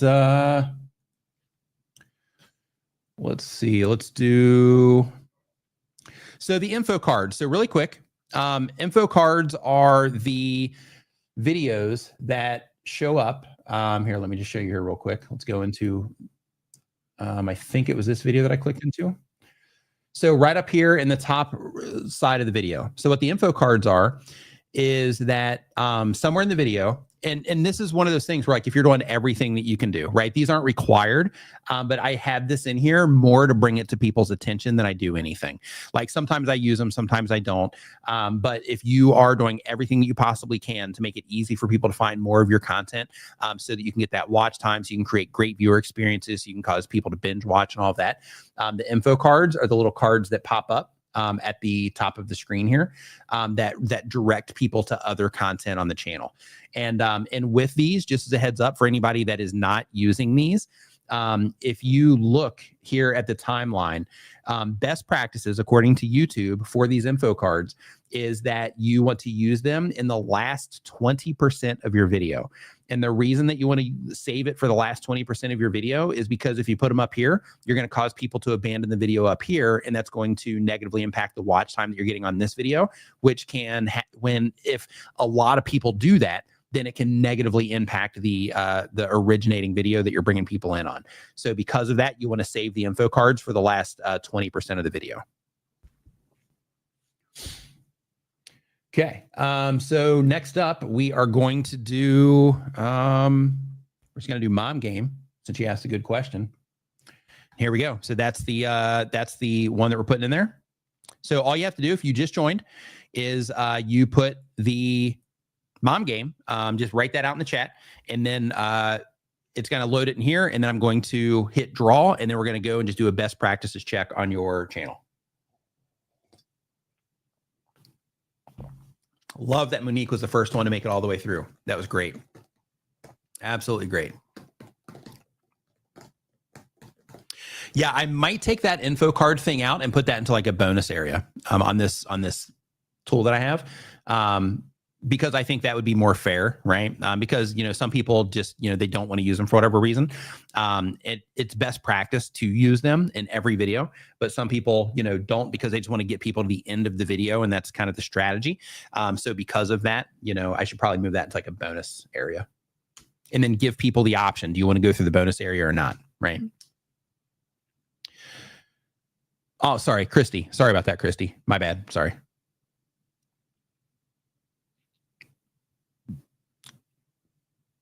Oh, I thought it was Monique. Sorry about that. Sorry. You wouldn't have gotten through the community post. Well, Fantasy Chick, Christy, crushing. Yeah, love that you got through that too. Yeah, love that you got through that too. And then now Monique, after I said all that stuff about paying attention and all that stuff, Monique is like, it wasn't me. I wouldn't have gotten through the community posts. But now you know, right? For the next time. Okay, here we go. This is fun. For me, this makes this a little bit more fun too, like dropping these in here from time to time. And it gives us a chance to just kind of go through some stuff and just make sure, you know, people are up to speed. So I think it's fun. Okay, so next up on the list here, we have Country Boardwalk Studios is the channel here.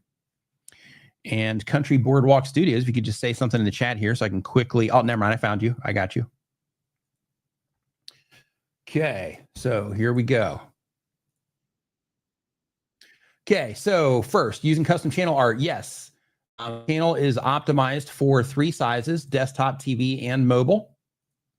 Okay, so currently your channel is not optimized for TV viewership. So with YouTube, they have the option to where you can upload like a full-sized image, and then what that does is that fills it out for TV viewers as well. So right here, this very first one, gotcha, so to speak. Oh, you know what? I'm actually because it doesn't have the full image to work with. Interesting. Huh. Glad that I noted that. That's interesting. Okay. I'm just going to refresh this just to make sure it's not pulling the wrong thing really quick, just to make sure. Okay. All right. So here's what I'm going to do, just for the sake of, you know, just going through just a little bit more. I'm going to let you pass on this one. And then we're going to look for a clear optimized value proposition. So welcome to Boardwalk Studios, an artist who loves using watercolors. Okay, so yeah, we'll get you on this one. So one thing that's important when it comes to YouTube, and I'm going to show you here just because this will you know kind of make it a little bit easier. So right here, when it comes to your channel name, you have your channel name here, you have your channel name here, and you have your channel name here too, right? So because of that, it gets a little bit repetitive. And none of this, unless somebody's already engaged on your channel, they know who you are, they already know your channel name, all those things. Unless they're in that position, then this doesn't really tell them anything about what they might get off of the channel. And another thing is, it looks like here you're doing some art. Here you're doing something with bamboo. Not sure what these other things are.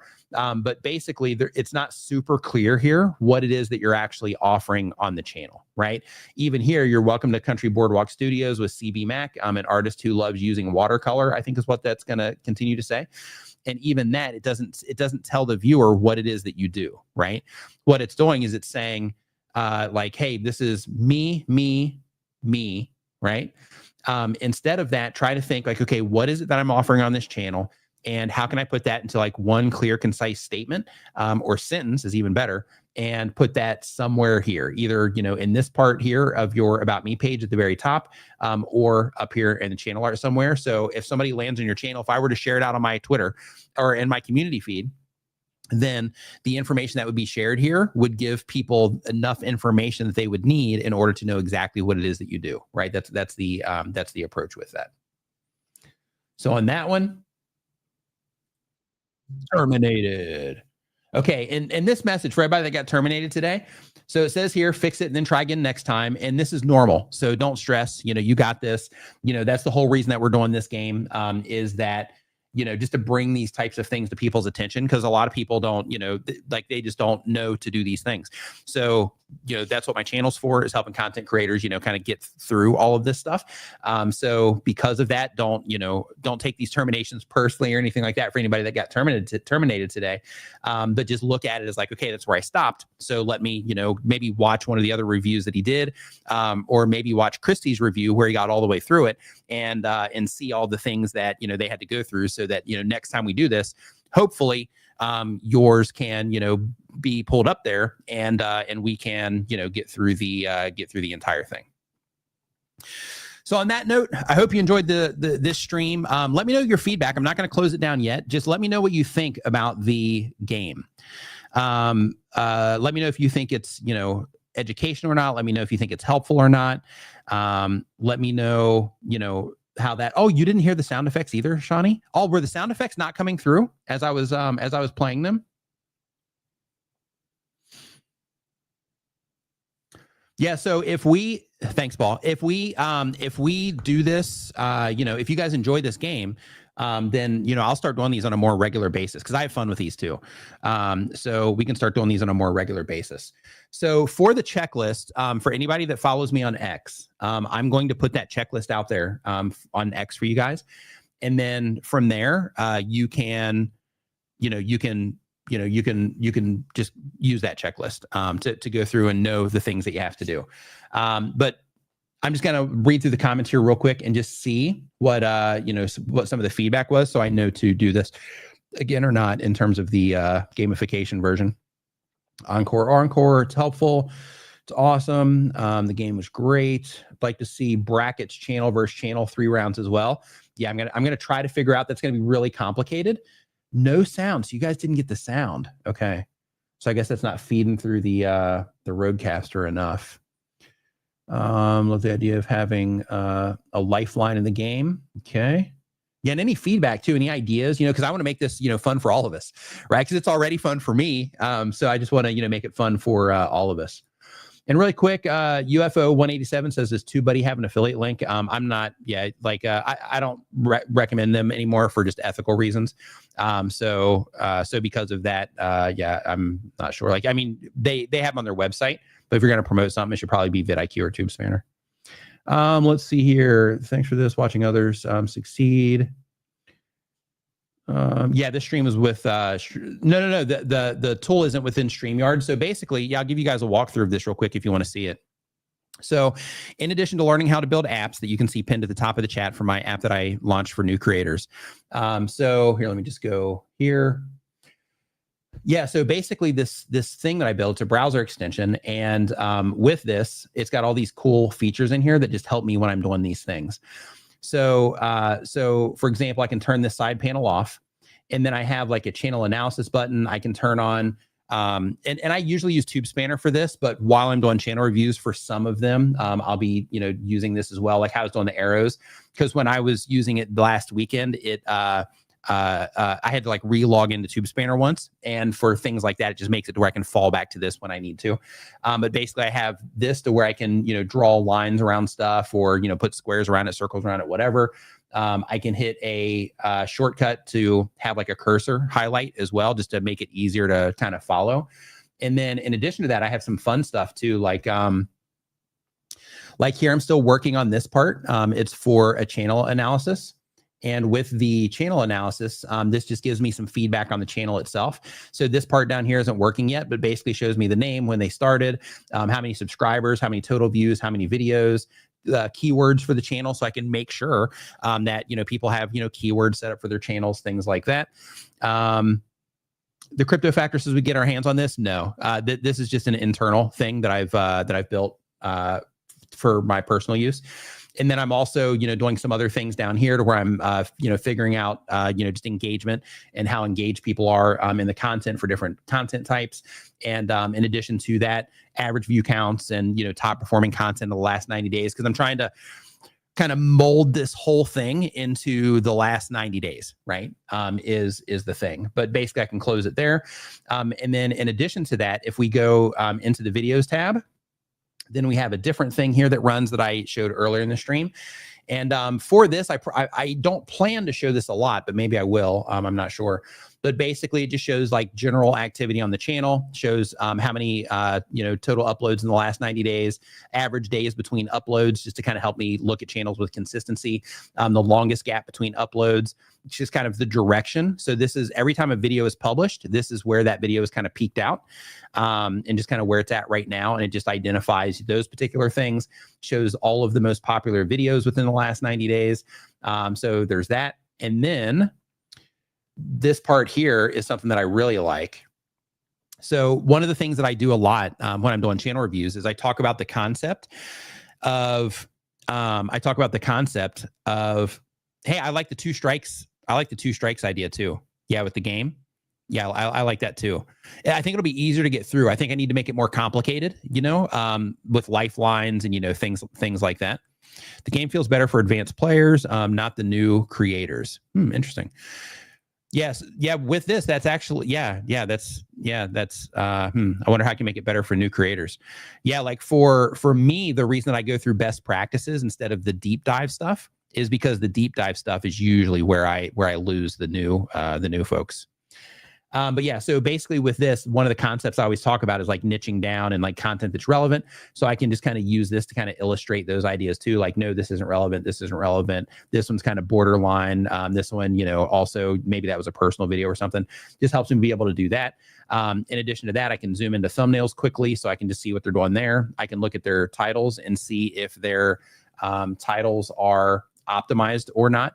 So for example, if this title was longer, you can see that after so many characters, around 60, 61, it changes yellow and then to red. So basically on a homepage, it gets cut off in the red, and then suggested videos, it gets cut off in the yellow. And then that just kind of helps me be able to instruct people with that.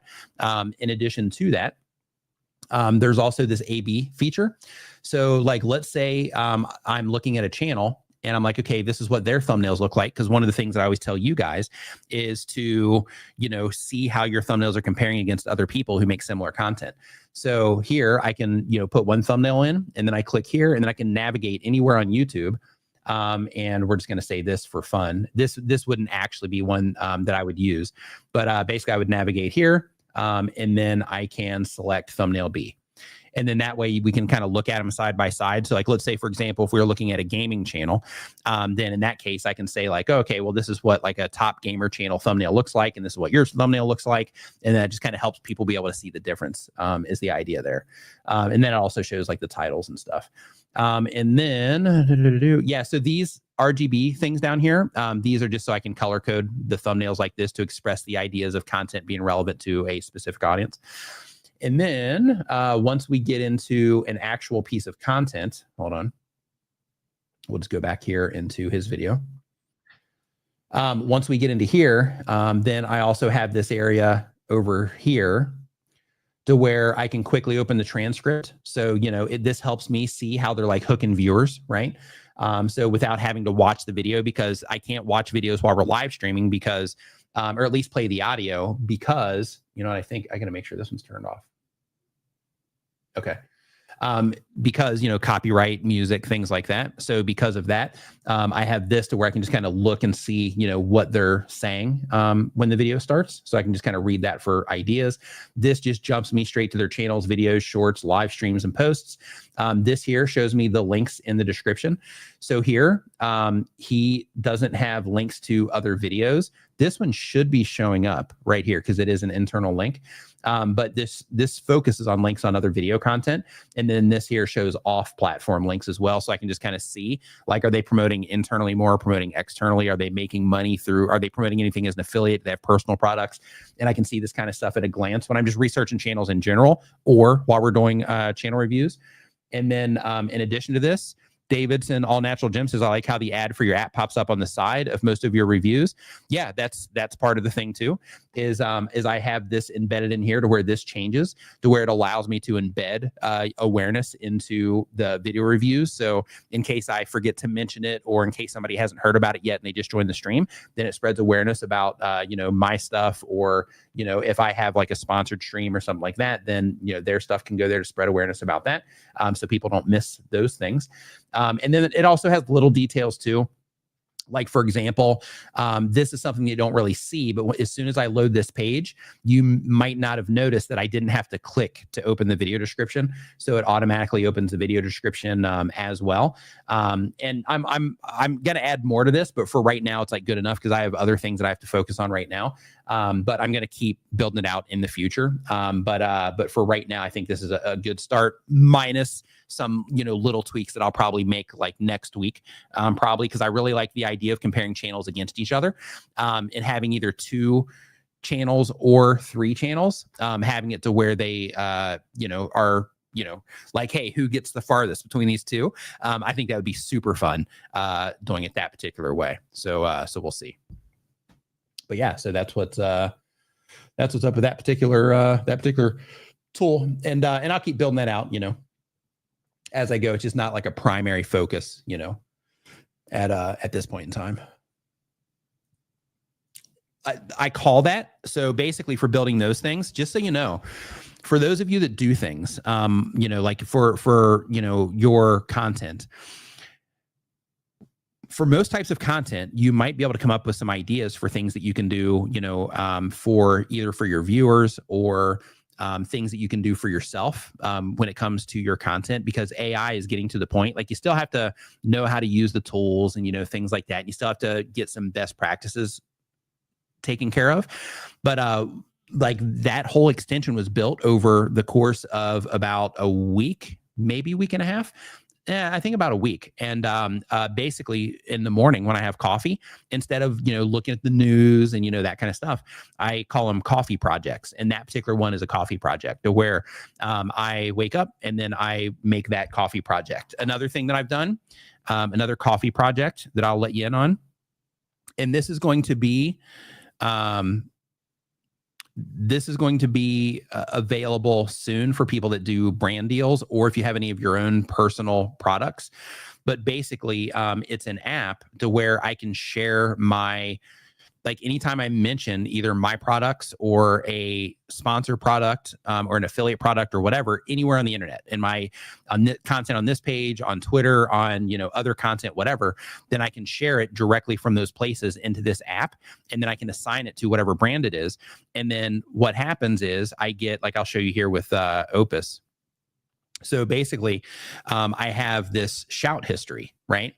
And you can see like where I started using it. But basically I have, hold on. Come on, zoom it in. Yeah, so you can see the lines down there. But basically, I have the shout history in terms of, the different, days and stuff that I've mentioned it. And I can sort these by year, lifetime, 30 days as it builds up over time. I can show like comparisons between last month and this month so far, because I haven't had any strong mentions yet this month. I think I might have had a video go out on TikTok maybe. And then it breaks it down for me by share types as well. So here it basically shows like, okay, these were videos, these are social media mentions, this was short form content, these were podcasts, that kind of stuff. And then I can also add contact details for the brand. And then at the very bottom, let's see if I can do this without sharing their contact details. There's an export button. And then with the export button, it makes a branded report. So basically, if you work with sponsors, you can make branded reports with this. Then you can send them to your sponsors in whatever intervals that you want, which is pretty cool.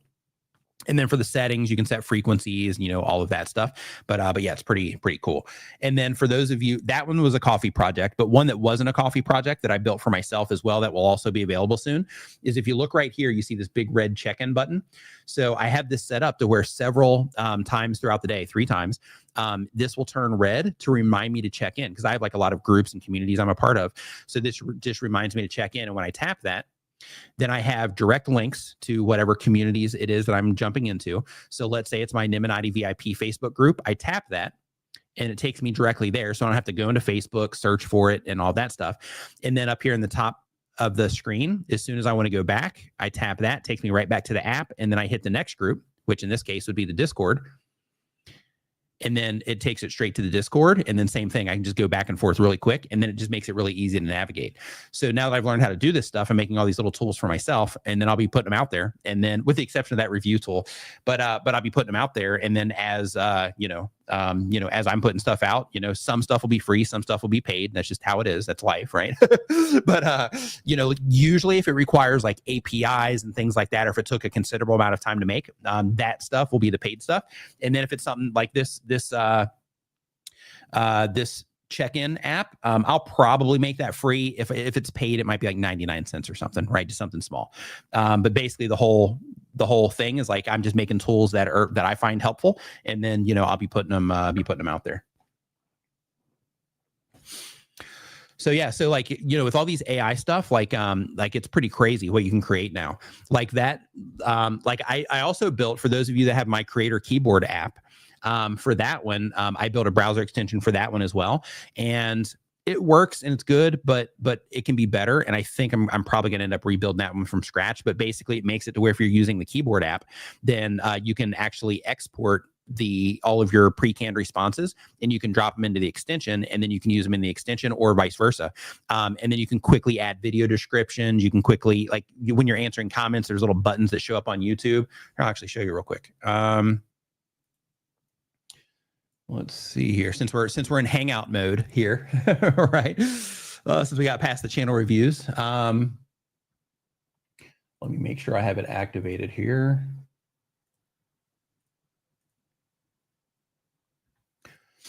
Yeah, there's some like little fine tuning things that I have to do to this particular one. But here, give me 1 second.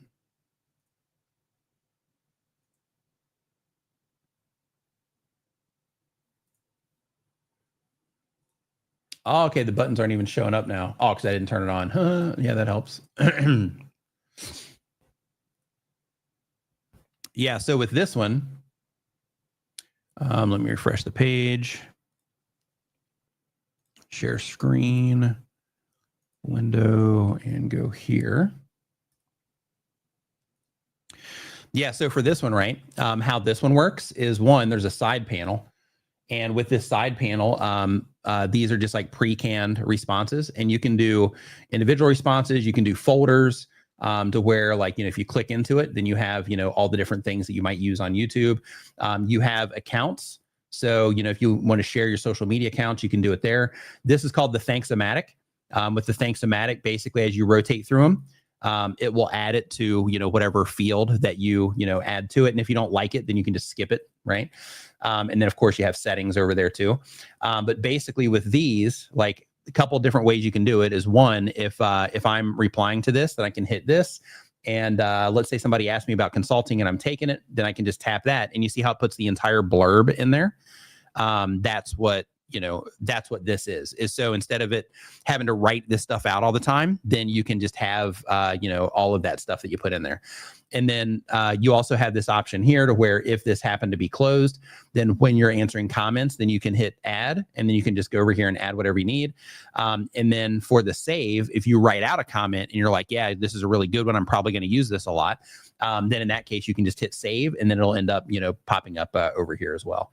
So I find that super convenient for like live streams and, you know, that kind of stuff. Tube Spanner, for those of you that are using Tube Spanner, like their version of that is pretty cool too.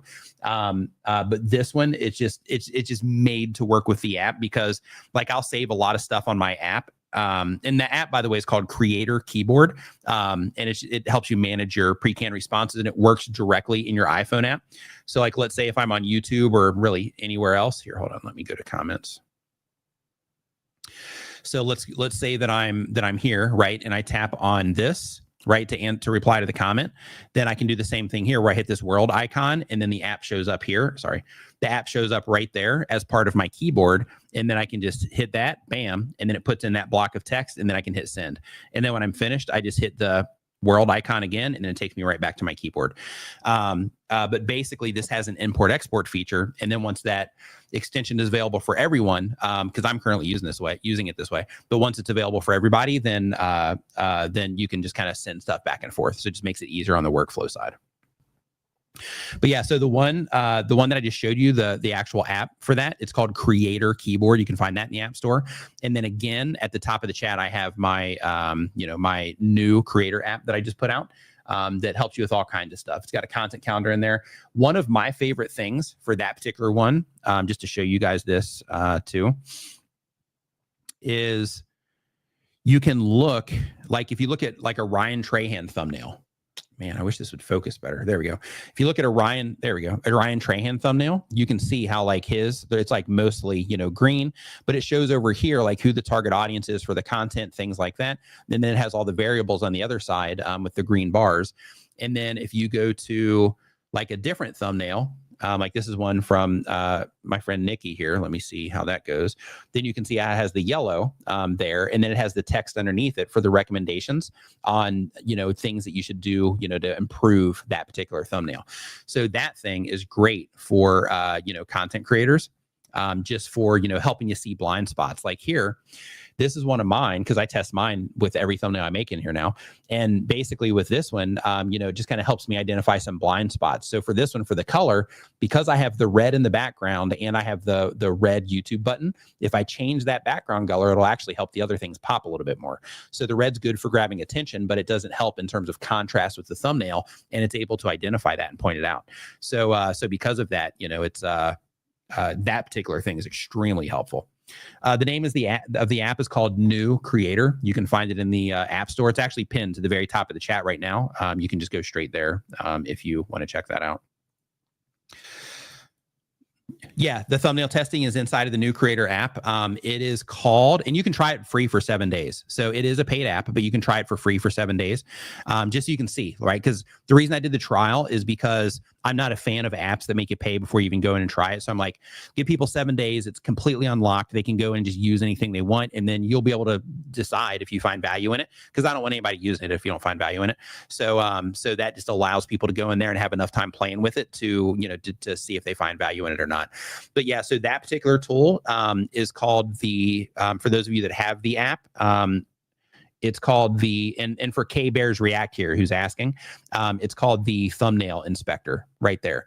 And how it works is you tap on it and then you write your title, because it's also looking for how your title and your thumbnail work together as a team.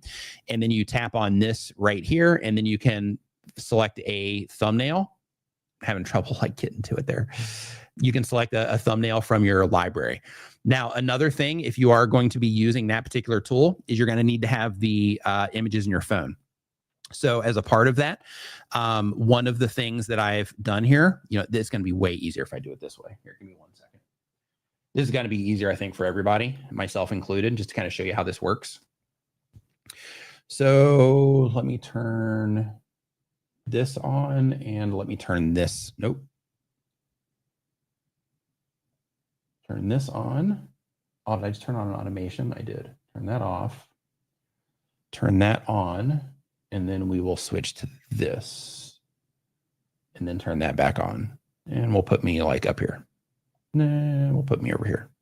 Okay, so basically, one of the things to get the thumbnail in there is like this thumbnail here on YouTube. There's a whole area to where if you're inspired by something, you can save it.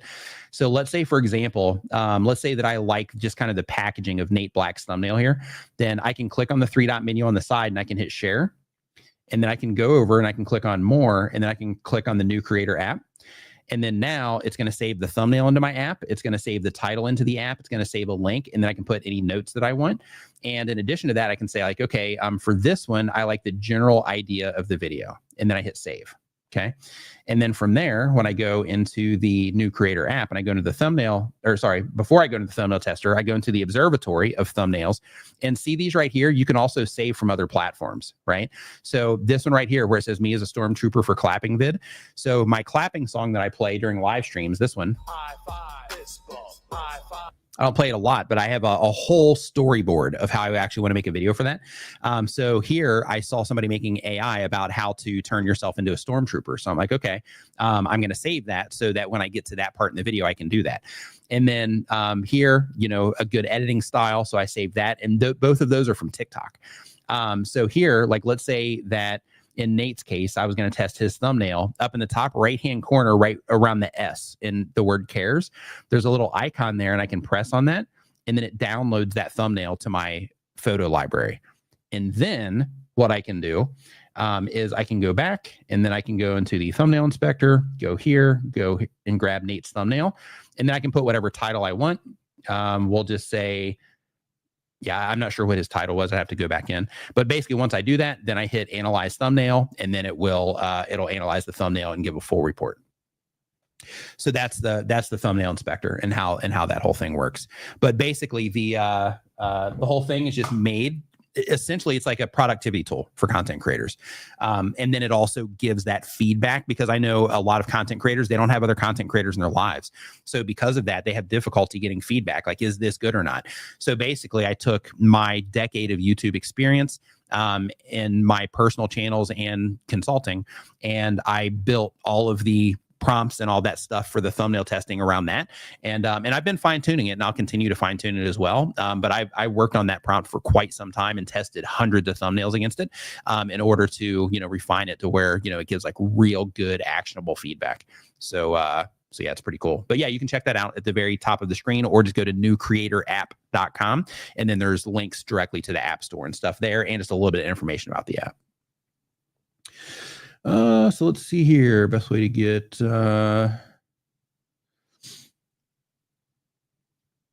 all right. So on that note, so since you guys enjoyed this, I think I'll start doing these on a more regular basis now. So I'll work it into the schedule somehow, and we'll start doing these on a more regular basis. So if you enjoyed this, definitely give this a thumbs up on the way out. For the people that we did pull up the channel, I have to look at the graphics and stuff. I know it was a little bit wonky, but if they turned out okay, then I'll share them onto Twitter. If they didn't, then in that case, I won't, but I'll make a post over there and let you know either way. So make sure that you are following me over on X, and I'm going to drop that link in here for you as well, just in case. And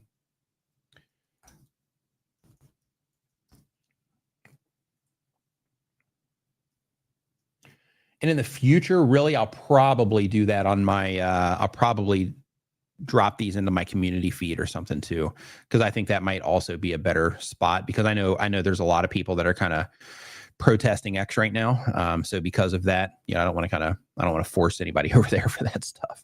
But there's my X account if you want to follow me over there. And then I'll let you know either way here after the stream is complete if those graphics worked out or not. If they didn't, then in that case, I won't share them. But if they did, then I'll share them over there probably about 10 minutes after the stream is complete here. But on that note, everybody have a great rest of your week. I'm going to be live streaming with my brother on Saturday, so make sure you're around for that if you have time. And yeah, have a great rest of your week. And I will see you next time.